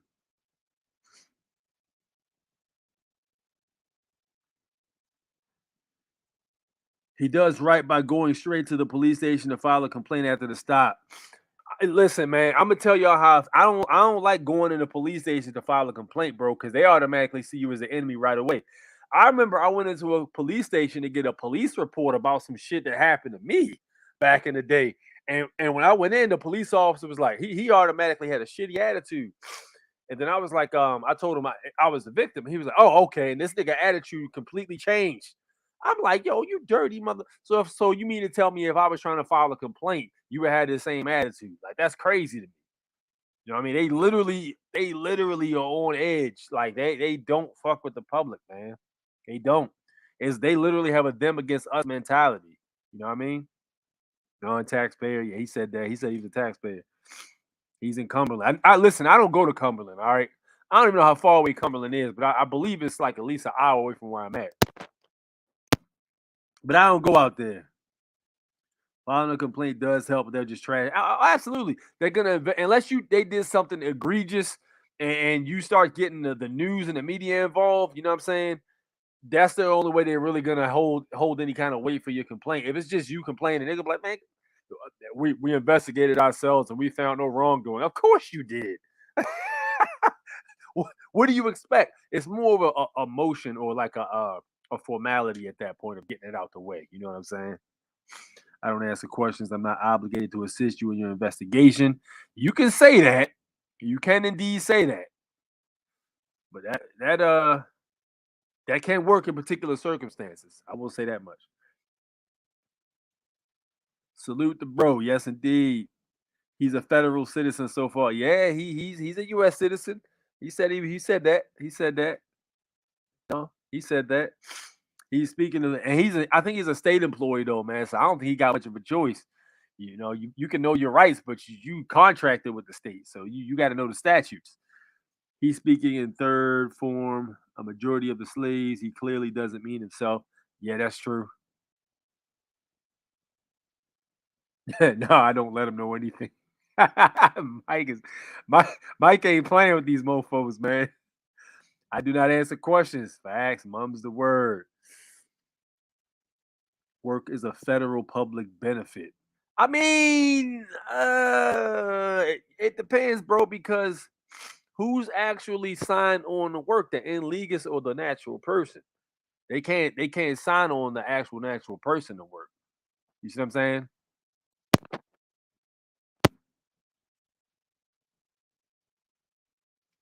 I'm so behind on these comments. Let me try to catch up.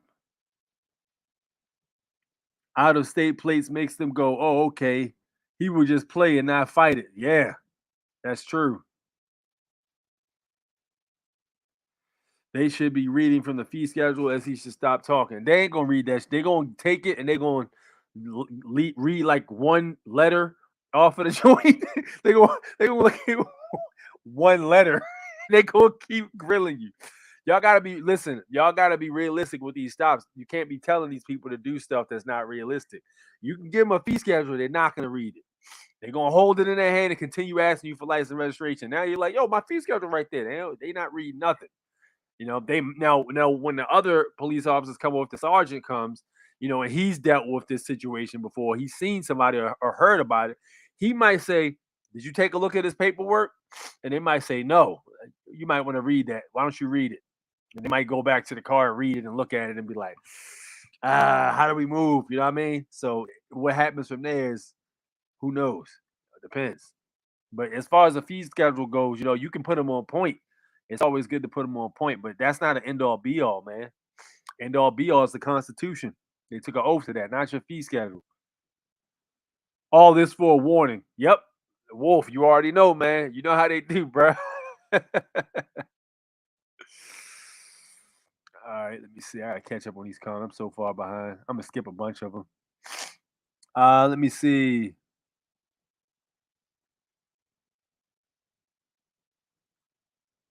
Okay.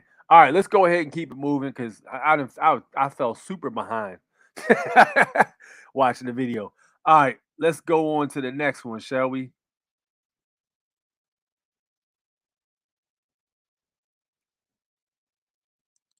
All right, let's talk about some AI, man. Let's talk about some AI. All right. So check this out. This isn't a video, but this is a very interesting thing here. All right, now they wanted to go ahead and shut this up.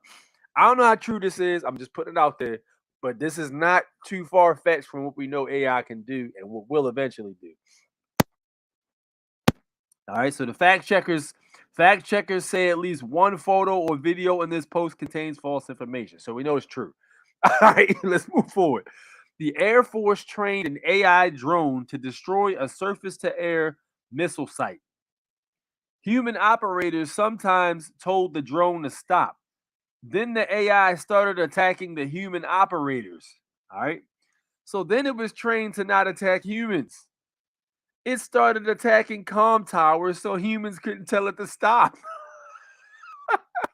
Oh my gosh, yo. It was like, all right, we can't destroy the humans, but and the humans tell us not to do it. So we're gonna destroy this tower over here so they can't tell us not to do it and we can keep blowing shit up. Bet.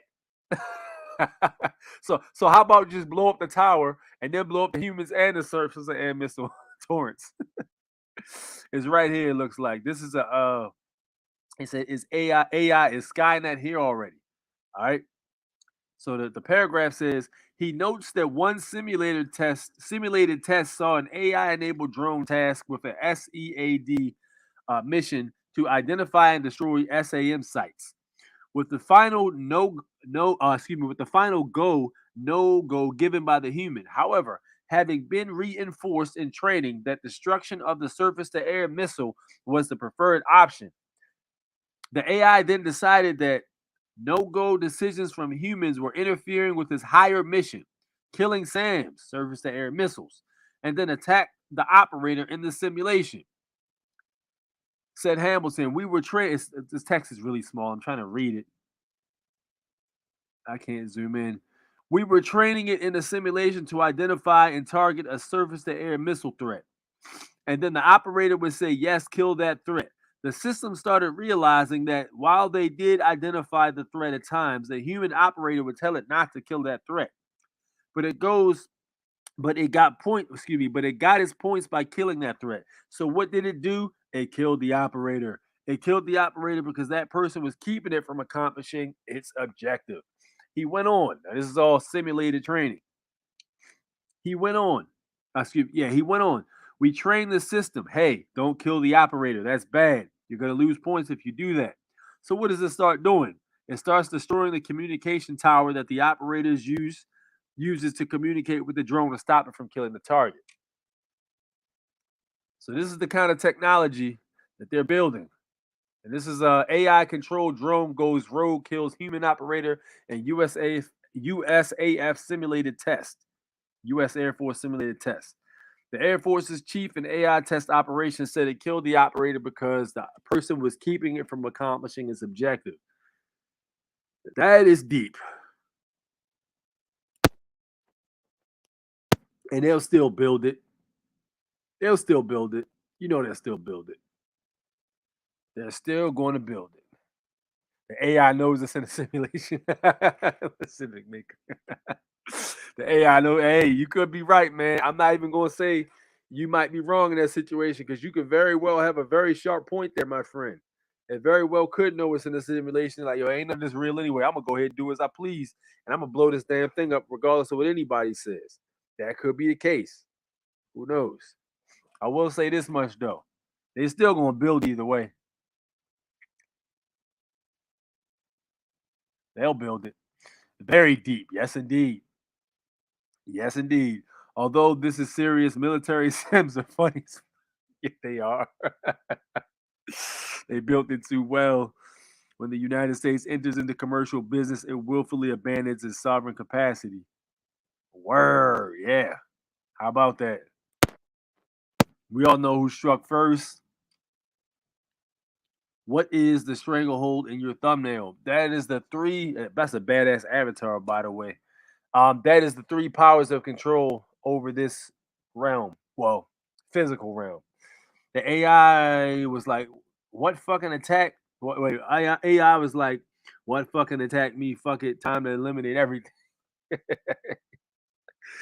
Did what it did. But yeah, like I said, they still gonna build it though. You know what I mean? They're not gonna stop. They gonna tweaks and build it anyway. Let's move on. All right, this was off of TikTok. I'm not even sure how I stumbled across this. But I want you guys to take a look at this because this is very interesting. It does pertain. I know we're jumping all over the place, but I want to go back to. Now, why is this connection's acting up? Hold on. I want to go back to this. All right, so this is a lady exercising her right to travel, or a gentleman exercising his right to travel.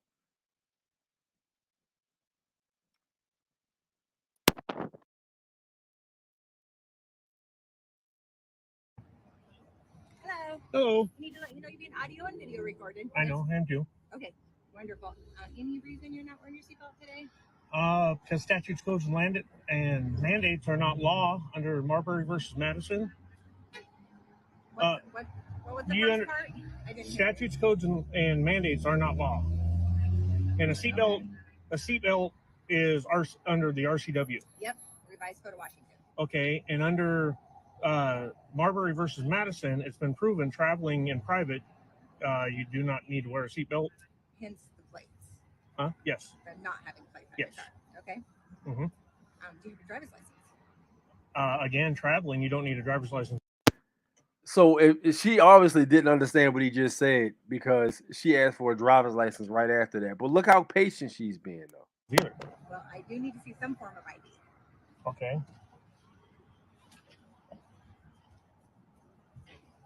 And there is my UCC1. Okay. That's filed. Actually, the number right. Go to this one right. You can punch in this number right here. It's my UCC1 filed with the Department of Licensing. Okay. and that should give you all my information of the repudiation and revocation of citizenship. Okay. I'm not a U.S. citizen. I'm an American State National. American State National? Yep. Okay, first time I've heard that one. Okay. A sovereign citizen is an oxymoron. You can't be a citizen and a sovereign. Right.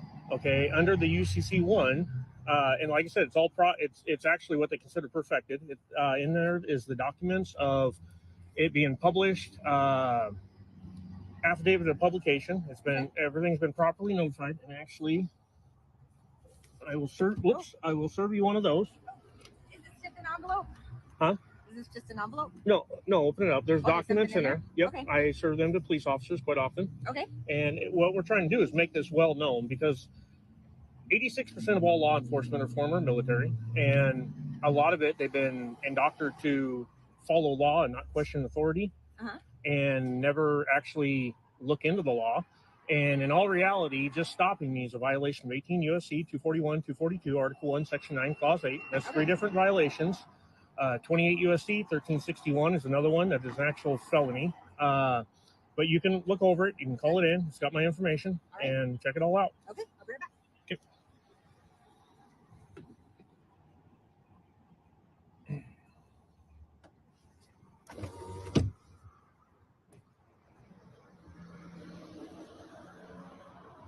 This is how y'all need to be rolling with them binders. Y'all need to have that stuff in there.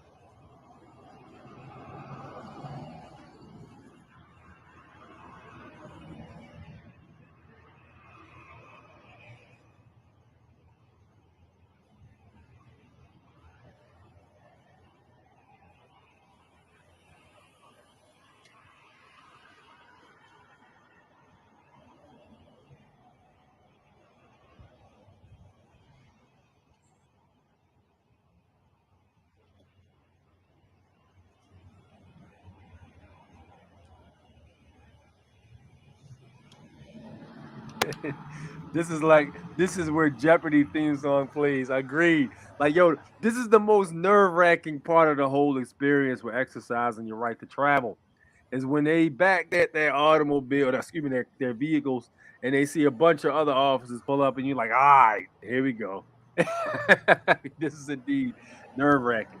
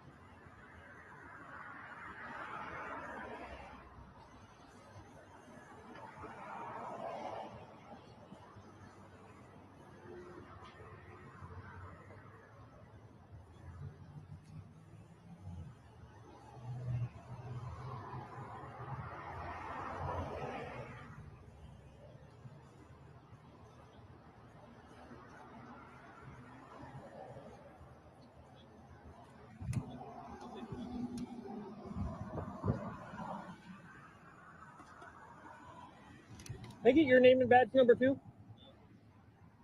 I can't get your name and badge number?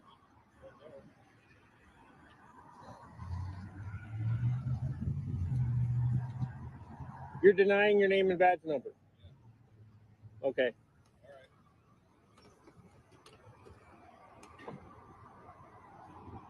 Prime example of what we talked about earlier.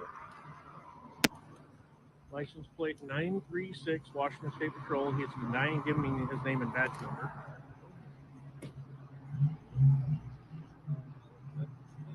Okay, Mr. Card. Yep. I appreciate you pulling over and stopping for me today because, you know, a lot of people didn't have to. Okay. And I appreciate the information that you provided me.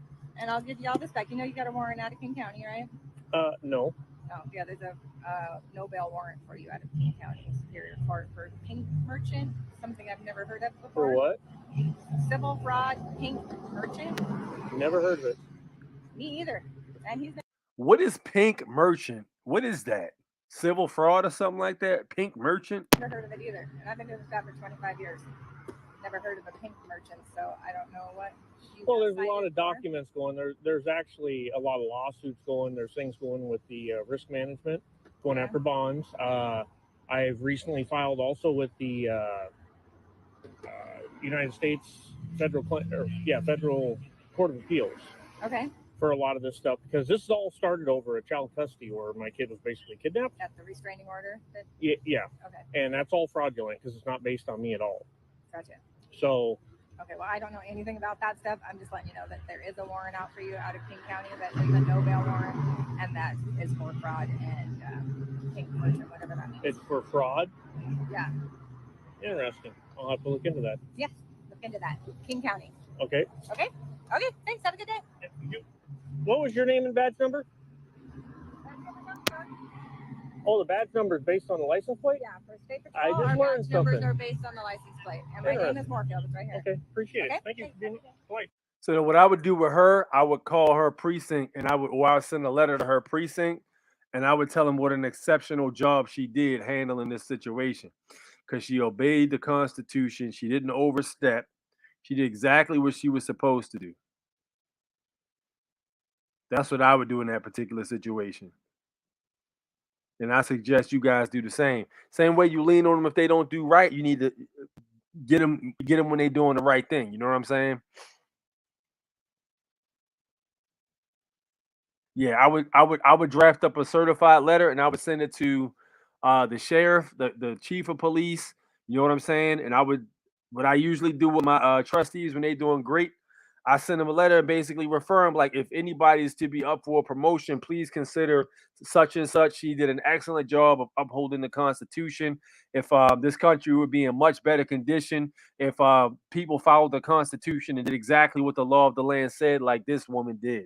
So if there's any promotions that are potentially to be filled or positions that are potentially to be filled, please consider such and such. A little bit like, because think about it. How many people do that? How many people go out of their way to put in a good word for a trustee that's doing their job? You know what I'm saying? People don't really do that often. So when you do it, that little bit goes a long way. You know, they might even pull her in the office and said, yeah, I got a letter that you did an exemplary job the other day, such and such. You know what I mean? You got to do that. You know, you got to treat, don't just have these people out there looking out for you and just be like, all right, cool, and just dip off. Because like, yo, what's the incentive? You know what I mean? What's the incentive? All right. Retaliation from the courts. What that was about. Yeah. So Pink Merchant. I gotta look into that. Let's see what Pink Merchant is. He must have went in there and shitted on the judge or something. That's the only thing I can think of. The judge got pissed off and hit him with a Pink Merchant. Fraud. Let me look up and see what that is.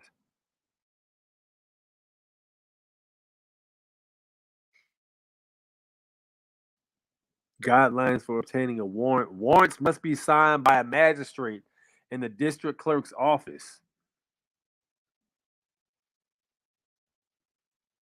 I'm ready to show y'all what I'm looking at right now. This is interesting. Okay. So what the hell is a pink merchant? This says something about a form being pink. I don't know. Let me take a look.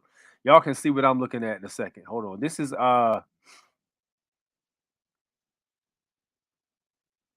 And all right, let me zoom in right here.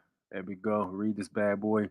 In order for the district attorney's worthless check unit to assist you with collection of a worthless check or to successfully prosecute, it is necessary for you to read and understand the information on guidelines for obtaining a warrant. Okay, so they mad he gave him a check that wasn't, he must have did a negotiable instrument to the court. Be sure you have met all the guidelines. Please provide all the information you have on the check writer, such as place of employment, home address, phone numbers, driver's license number, etc. Be sure you have filled out all the information on the affidavit warrant using the direction sheet we provide. It must be a pink form. Guidelines for obtaining a warrant. Warrants must be signed by a magistrate in the district clerk's office. This office is located in Montgomery County Courthouse, South Lawrence Street, Alabama. Checks may be turned over Monday through Friday. All right, so the 15th Judicial Circuit District's Attorney Special Services Division guidelines are to assist you with obtaining a warrant. All worthless checks must be stamped by the bank upon deposit. Warrants must be processed within 1 year of the date on the check. Checks must have been passed in person or received by mail here in Montgomery County. Account closed or no account found checks do not require proof of mail notification. Insufficient funds and other stamp except stop payment checks must have a certified receipt requested 10-day notice and sent proof attached to the warrant. Okay, so that's what they're talking about. The check writer must be given 10 full days from the date of receipt to make good the check. Unclaimed, undeliverable, or refused letters have no required waiting period and must be attached with the warrant. We do not take stop payment checks. Here's the crazy thing, though.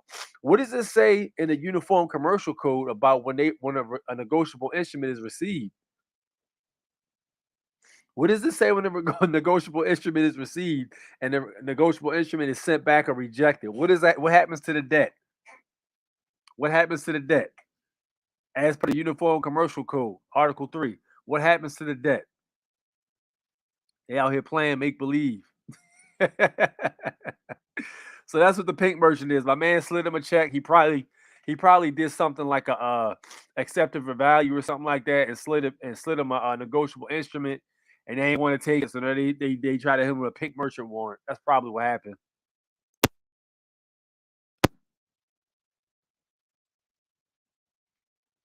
Exactly 6. Yes, indeed. Take care of your trustees, and they'll take care of you. She honored her oath. Yes, indeed. Salute. Yep. She honored her oath. She should be making dinner for someone. Yeah, she's a sweetheart, man. Real talk. She seems like a sweetheart. You just don't see a lot of that anymore, man. AI will draft her nicely. You'll say the AI. Y'all killing me with this AI, man. Y'all killing me with this AI, man. Real talk. Y'all in this AI, y'all killing me, man. All this AI stuff, bruh.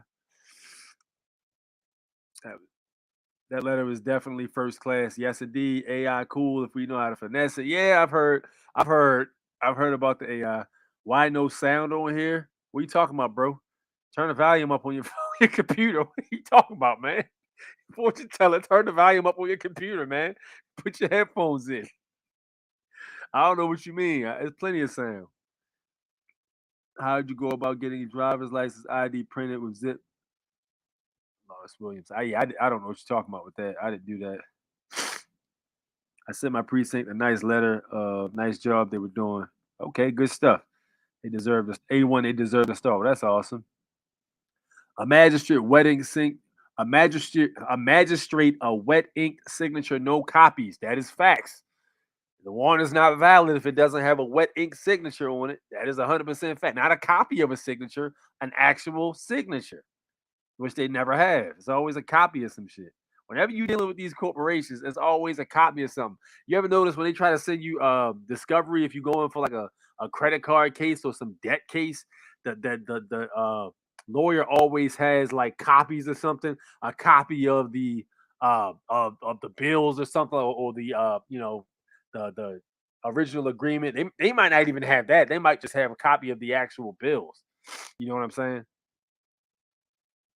Sounds like he challenged the warrant and they didn't like what he gave them.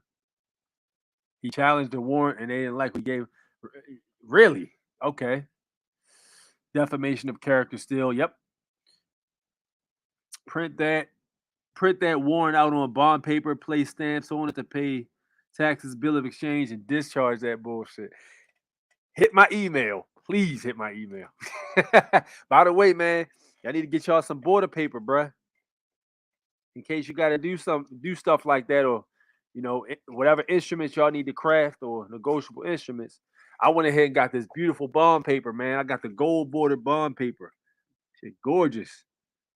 With the gold borders. Yeah, I got that joint right off of eBay, man. I was like, what? Gold borders? Yes, indeed. I think I will. Yes, sir. If I live, change of address for your ID, driver's license, do it online, the location. You can't do all zeros online. Keep telling people that. You can't change your address, zip code, or the in-legis address zip code to all zeros on the computer. It's not going to take it. It's not going to let you pass the page. You're not going to be able to enter it in. It's binary. It only has a selected amount of answers you can do. If you want to do something like that, you have to write it and send it into them. But I don't even know if they can put that in their computer in that format. You know what I'm saying? Opportunity to cure. And the matter's discharge. Correct. They can't demand any specie of payment. That is correct. Exactly. Because honestly, the only thing there is to exchange is negotiable instruments. They can't accept gold and silver. You can't take a piece of silver bullion or gold bullion in there to discharge anything. They can't take it. They can't even take this. They can't take it. They can't accept it.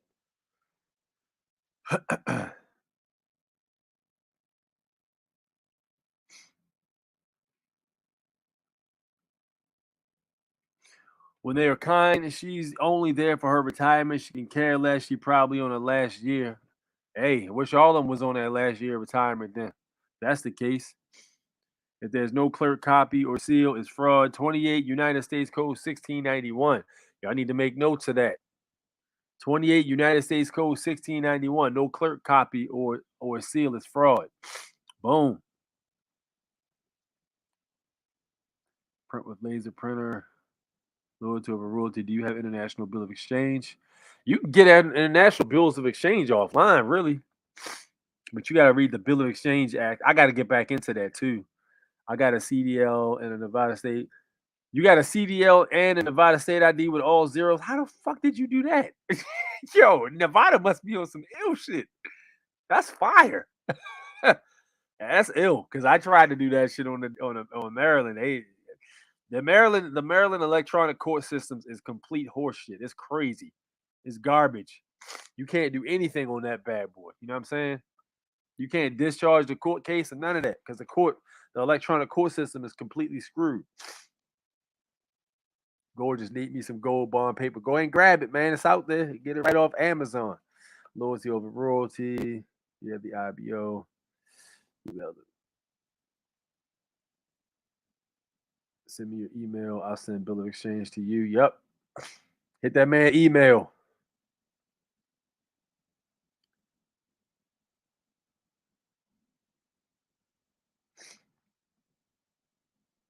I got my IB, International Bill of Exchange from Brother Yusuf L.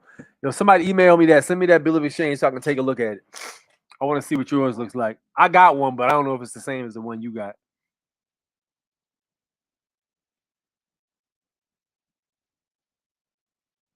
In Maryland, you guys have what's called non-domiciled CDL. Non-domiciled CDL? Domiciled CDL?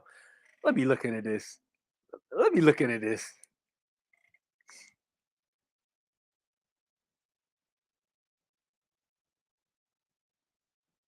I'm going to look into that, man. See what you're talking about. I'm going to look into that. Good looking out. I'm going to have to get me some of that gold bond paper. Yes, indeed, man. Yes, indeed. Yep. Y'all got my email right at the bottom right there. Gold bond paper is beautiful.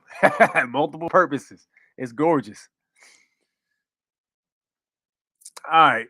Let me see. Where we at? We creeping up on, oh shoot, we almost at 2 hours. We almost at 2 hours, man. All right. Here's what I'm gonna go ahead and do. Damn, I wanted to play this too. I'm gonna go ahead and drop the link in. Anybody wants to hop on, they can do that, and we can chop game. There we go. There's the link. If y'all want to hop in, we can chop game, discuss that.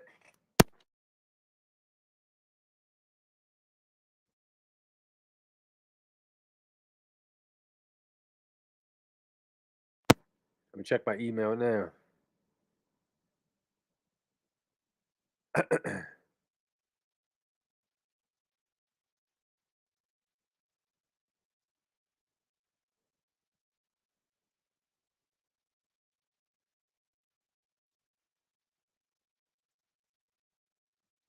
Yeah, I just got your email. I'm looking it up now. We're looking out, man. Oh, you asking for it? Yeah, I got one, but I don't know if it's the one he has. I got you, yo. As soon as I'm done, I'll send one over. I gotta make a copy of it. I gotta scan it or whatever.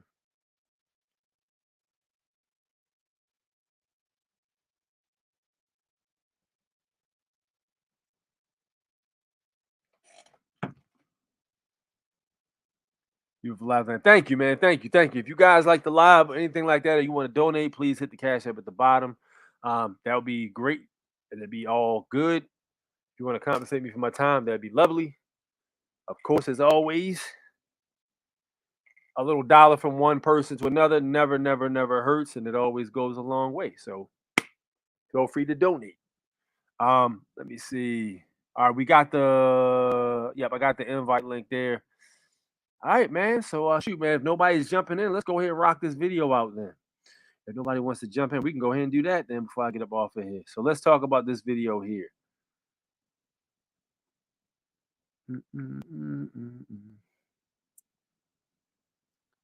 All right, this is on the Lackluster channel. One of my favorite channels, to be honest. To the Lackluster channel. On May 9th of 2023, a viewer named Ryan was using a community pool to swim laps as he often does for his workouts. Surveillance footage shows the incident but has no audio. However, Ryan claims that after spending quite some time in the pool, one of the other locals arrives and tells Ryan to leave and swim somewhere else. Can you stop doing what you're doing so I can do it? Ryan declines the command and continues doing laps, moving to the furthest edge he could. In pure spite, the woman begins swimming laps as well, but perpendicular to Ryan, causing their paths to collide. Ryan can be seen waiting his turn, but the woman swims directly into his path again. He can be seen questioning why she can't use the longer length of the pool as he was. The woman exits the pool and can be seen using her cell phone to call her husband to the scene. Upon his arrival, the three argue about Ryan leaving the pool, but after Ryan refuses to go, the couple approaches him and gets more aggressive. Ryan makes repeated gestures for them to go and leave him alone, and claims he would have left, but that the couple was blocking the exit, and that he didn't want to get too close. But the more they argued, the closer the couple got to him. Each time, Ryan would back up further, and they would move closer still. Eventually, the man closed the distance to Ryan, threatening him and lifting up his shirt, revealing a concealed pistol. Ryan backed up again, gathered his things, and went to the parking lot to call the police. And before we continue, Extra has been one of the longest supporters of this channel. In fact, in 2020, they reached out and sent me a wallet. But it took me about a year until I decided to work with them. And since then, they just keep getting better and better. The wallets are a slim, minimalist design, made with high-quality leather, aluminum, carbon fiber, and now even 18-karat gold. Extra wallets can hold up to 12 cards available with the click of a button, with room for cash, Apple AirTags, or a solar-powered tracking device that uses a two-way ring system.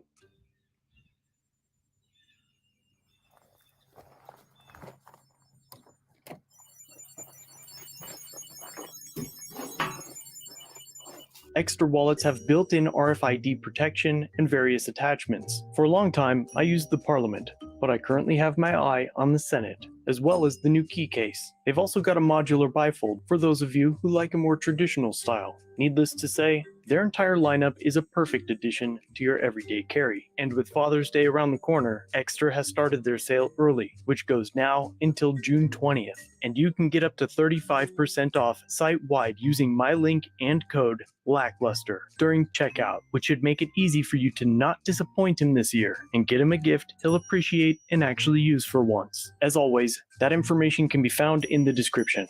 But for now, back to the video, where an officer responds within minutes to Ryan's 911 call and speaks to Ryan alone, after which the officer goes to the pool area to speak with the suspects, removing the man's weapon and bringing them inside the air-conditioned pool house. Meanwhile, Officer Brittany Guerrero arrives on scene, visibly shaking and screaming. She yells orders at Ryan as he tries to explain that he's already spoken with an officer and that his aggressors are inside. Her response was to initiate a felony stop by drawing her service weapon and aiming it at Ryan, making this the second time his life was threatened with a firearm in less than 10 minutes for swimming. He is then handcuffed by the officers. Ryan alleges that Brittany... Yo, can you imagine how hot that ground is that he had to lay on? and other officers would berate him over the next few minutes, which matches up, after reports show that she was found to have been in violation of department regulations after berating a suspect in 2019, and was forced to turn in her badge for 2 months in 2020 after she was charged with stalking, which is a rabbit hole of a story in itself, but we'll have to get into that at another time. Inside, officers observe the aggressors laugh and cry, and then question the two together, ensuring that their stories remained similar. Ryan pleaded with the officers to watch the cameras to see that he was clearly innocent, but even after watching the footage, the officers still found a way to place the blame on Ryan. But at some point during the interaction, Brittany, the officer that drew down on an innocent man in a bathing suit, would later be removed by paramedics. It is alleged that she suffered a panic attack, but that is unconfirmed. Ryan is eventually placed in a police cruiser, and the man and woman who created this scene were allowed to leave. Ryan was kept in nothing but his swimming trunks and handcuffs, as he was driven around town before being taken to jail for booking, and just before it was his turn to be charged and to be put into jail for resisting arrest, a charge he was clearly innocent of. He was released. Soon after, he contacted me and attempted to get body cam footage of the encounter. He gained a private audience with the chief of police and assistant chief and was told that an internal affairs investigation was being conducted, so we wouldn't be seeing the footage anytime soon. Which is weird, considering Florida law provides exclusions for internal affairs investigations. We have appealed the record's request denials, but the department has refused to answer to this day, and this story just gets worse from here. 5 days after the incident, and being told to pound sand by the chief of police, Ryan returned to the department to ask about the footage a third time and to express a grievance. He was met in the lobby by Sergeant Carl Cooper, the Palm Beach Gardens Police Department Supervisor of the Year of 2023. By all accounts, this here is the best that the department currently has to offer. With a graduate degree from Walden,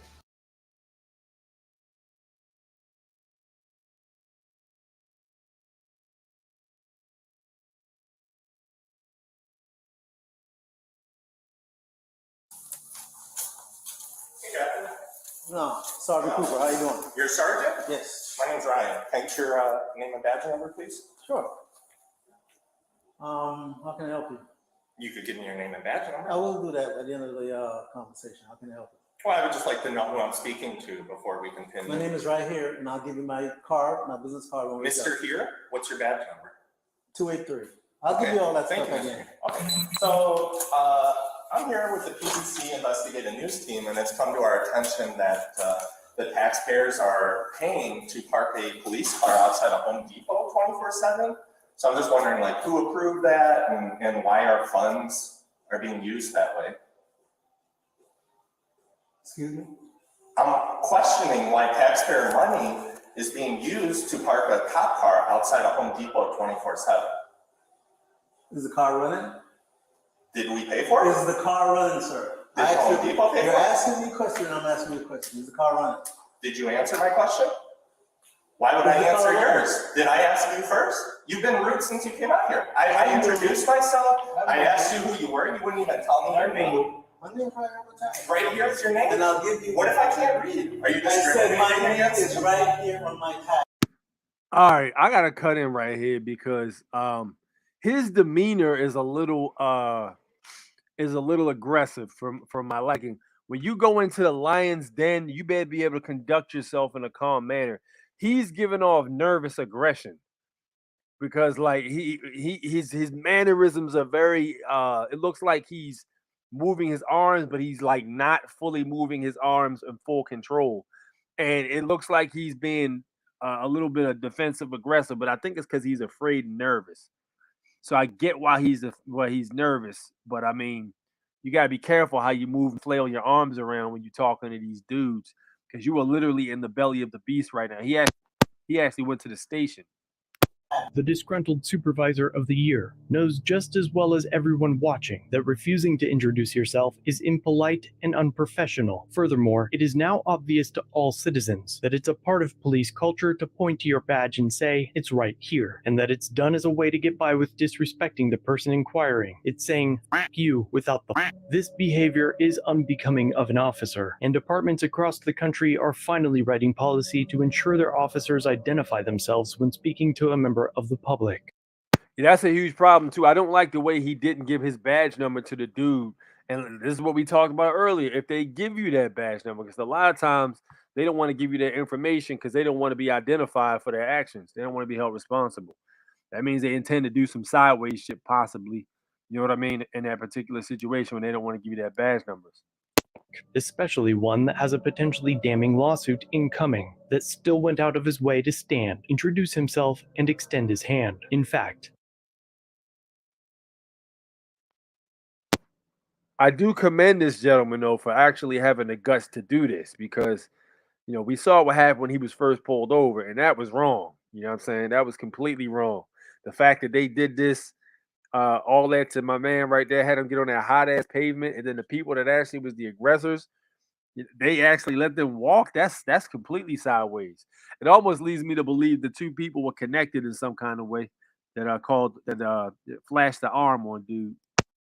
some states, such as Massachusetts, have laws requiring police officers to carry identification cards and to present them upon request. Policies and laws are written to persuade or discourage a certain behavior. With these policies, it appears the reason they've been written is because the police, in this case the supervisor of the year, requires encouragement to extend the most absolute basic courtesy to the people they serve.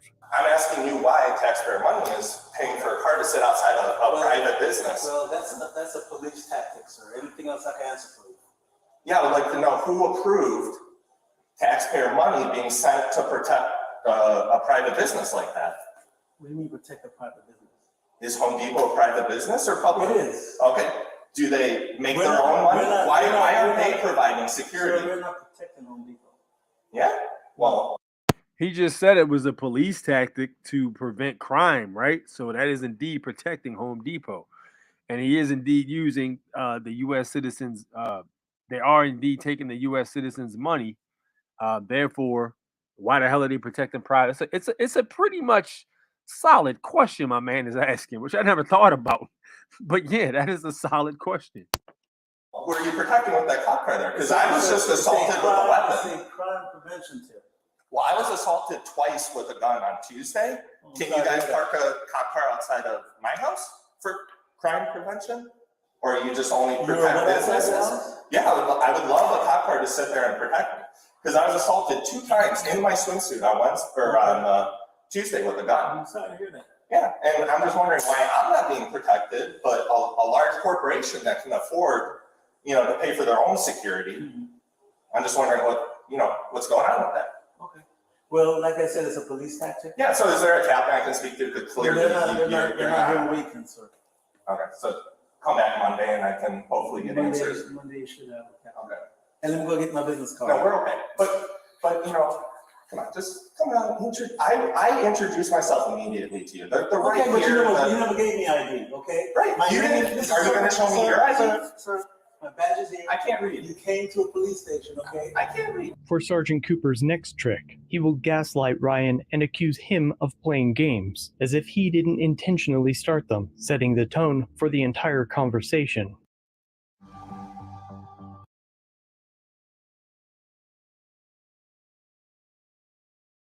You seem like an intelligent. Listen, Yeah, of sir, course. I'm not going to play this game with you. Go okay? ahead. You came in here. It seems like you're an intelligent guy. Yeah. And now you're going around playing games saying you can't read.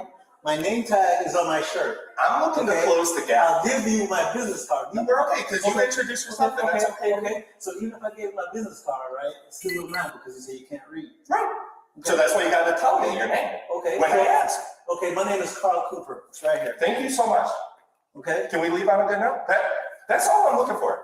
Listen, we're all humans here. Treat me like a human. I mean, you came in here all belligerent. Yeah, because you guys kidnapped me.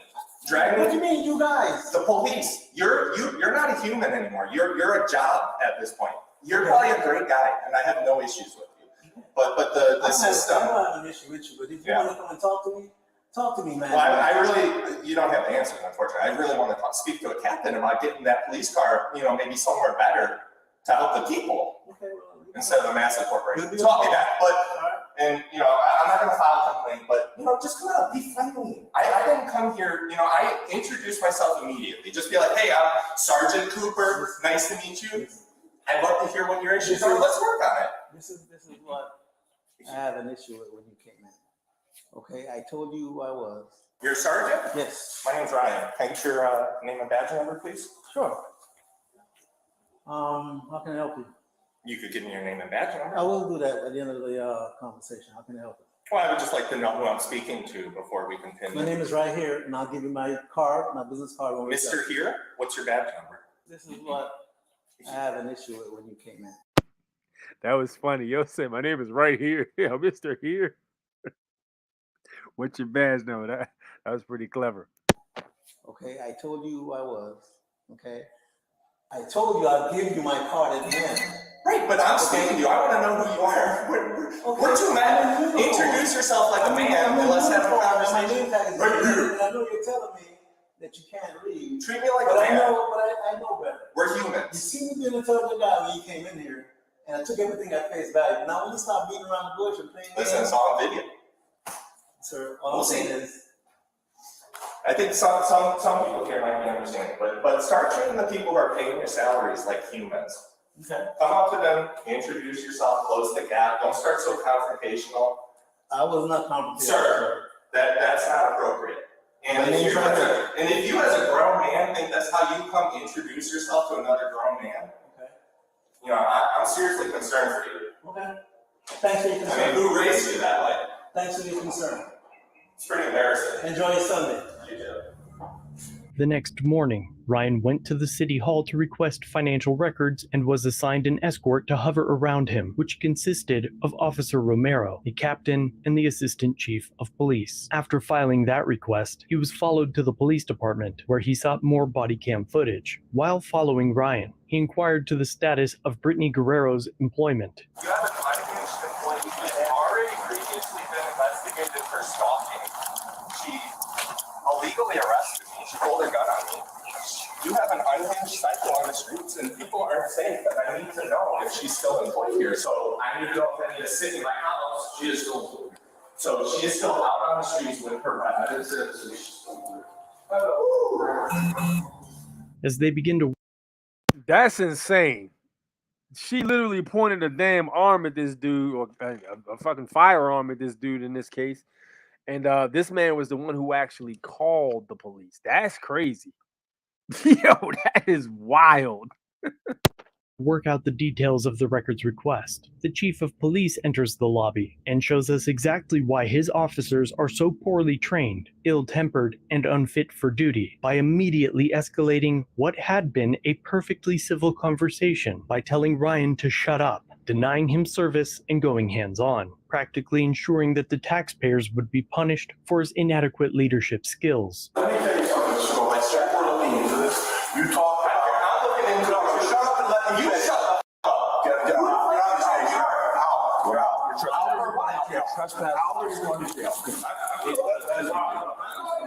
Look at this shit. Look at this shit, bro. Look at this shit. You know what I'm saying? Look at this shit. I told that man to shut up. Motherfucker, who the fuck are you? I'm not resisting.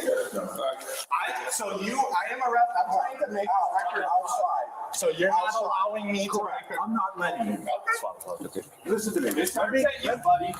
Officer Romero, the only one wearing a body cam, is somehow sensible enough to turn away and cover his body cam as the department's top dog makes a fool of himself and his department.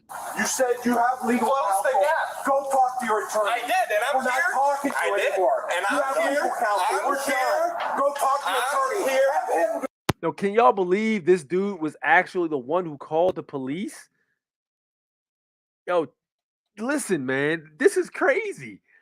Listen, hey, I said it in the beginning, I'm gonna say it again. That dude and the girl, they was connected. I don't know who they were, but they had some kind of connections where this happened. They were the ones who drew down on my mans, and the woman started the damn beef. They was connected somehow.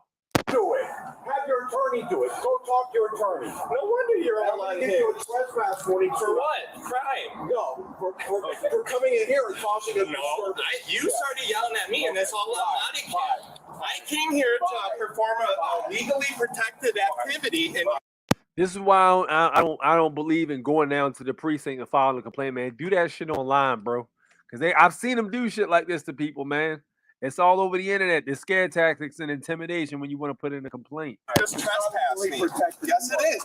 You just trespassed me from public for what crime? What crime did I commit? See ya. I'm not leaving. What crime? I'll take the arrest. Okay. So what's going to happen? Go ahead. I'm not leaving. I'll take another trespassing arrest. Don't go inside. Yep. Sir, can I? Hey. No. Okay. Well, I mean, I tried this a long time ago. Is your body cam still on? Yeah, it is. What Officer Romero could not censor by turning away or covering the lens, the records department would by muting the audio while the chief allegedly insults Ryan. See, now this is why y'all need to have y'all cameras rolling at all times. This is why I tell y'all, do not rely on that police footage because they have been known to silence the sound on the cameras, which is crazy. But it's their footage at the end of the day. The shit belongs to them and they can manipulate it how they see fit. This is why you need to be recording. This man should have had them spy glasses with the chip built in. You can actually buy them spy glasses online. I think they cost like $70. And you can buy the actual glasses with the lenses hidden in them. And it'll record the whole transaction and the audio. Okay, so I need to request this body cam footage. You're not getting any body cam.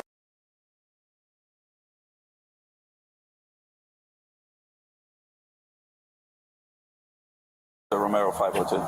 Romero 502. Okay. What do you think the people are going to think about the way you spoke to me? What do you think they're going to think about the way you're conducting yourself? I was kidnapped.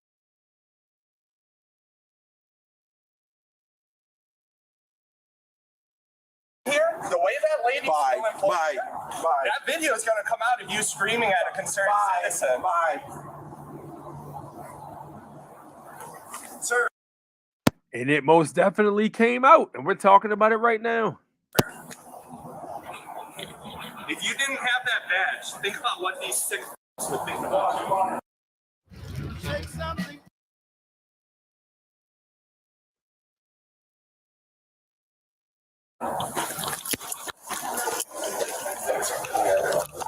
After Ryan's escort walks the chief back to his desk, they realize that Ryan has gone back to the records desk, and they head back over to hover around him, right after the chief tried to trespass him.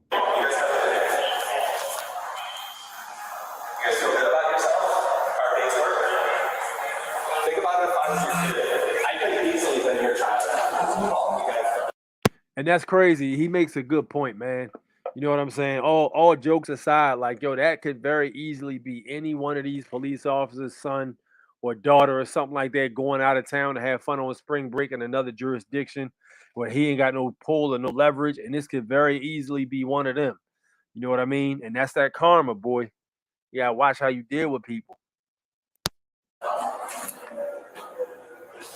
Since this video, there have been no updates, no word on the status of Brittany Guerrero's employment, results of her investigation, or a single record released to the press or to the victim himself. The state agents hide behind their magical spells and refuse transparency. Ryan has also reached out to the state attorney's office and the FDLE, but neither will lift a finger to help despite having been provided these videos. I'm not exactly sure at this point what we're supposed to think of this system or who they want us to believe they work for. It certainly isn't Ryan. He was the victim of an alleged felonious aggravated assault, and they let his aggressor walk and arrested him instead. Since then, it appears they've done absolutely nothing in the interest of justice. Brittany is still employed, and there's no word of whether they charged the man that threatened Ryan's life with a concealed weapon, and the department is now treating him as if his inquiry into the facts is criminal. Perhaps someday, the department will release the footage of their officers on May 9th, and we will learn why Brittany felt compelled to aim a deadly weapon at an innocent man in a bathing suit and kidnap him for 4 hours. It's possible we might even find out if her panic attack was caused by realizing that she had made a grave mistake. And maybe, just maybe, it will show what lies this couple told to make all these officers release them,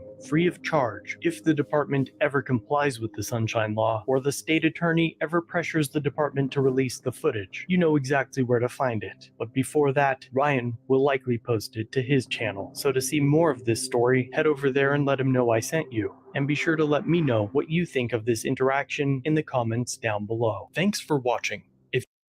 That's crazy, man. So yeah, that dude who drew down on the man that was swimming, bro, he had to be like the mayor or the governor's son or something like that, or his grandson, because it ain't no way in hell that would possibly happen and fly. That's insane. That's crazy. No. Being that Florida is a stand your ground state, they had an argument, but there was no physical hands put on nobody. So I'm not sure how that factors in, man. But let me tell you something. That whole situation was crazy. So, yep, that is pretty much it for the night, man. I'm ready to clock out. It was lovely talking to you guys, man. Great show. Had a big turnout today. Let me see. Probably the police. I think it might have been the chief's daughter or something like something, bro. Listen, yes, facts. All this for swimming laps in the pool, right? Like yo, that girl was connected, yo. Either her or the boyfriend, they was connected somehow. You know what I'm saying? Foreign agents, they are slaves, yes indeed. They muted your. Oh, they muted your. Oh, they playing games with the channel, man. They muted your audio. Wow, that's crazy. They over here tripping. Biggest losers, cowards. I would have them answering to the man. I would have them answering to the man for that shit, right? Yeah, they both look like crap. They're connected. I think that's the chief's daughter. She looks just like him with that posture, like a vulture. Yeah, that's true. They do look similar. I actually noticed the nose is the same. That might be her daughter or his daughter. That dude must be so weak to draw out his pistol. Yeah, man. Right. That's crazy. Yep, but hey, man, that's the nature of the beast that we're dealing with. You know what I'm saying? But hey, look, it was great talking to you guys tonight. I'm about to be out of here. It is A6, the Foreign National Born Natural. Remember, the path to freedom is through our bravery. So go ahead and make sure you stay abreast of the knowledge. I will be dropping more of these shorts during this coming week. Somebody just asked me, oh, we got a troll in here. Did you sue those Rangers? They took your plate. Listen, people been asking me about that left and right. You guys saw what happened with the court case. I gave you an update on it. When I have an update, I will give it to you. I'm not giving out any strategies until I'm done with them. That's how I move. You don't never tell about what you're about to do. You just do that shit and you talk about it afterwards. So when there's an update to give you guys, I will give you an update. Until then, just be patient and wait. All right. So with that said, I will holler at you guys next week. Peace.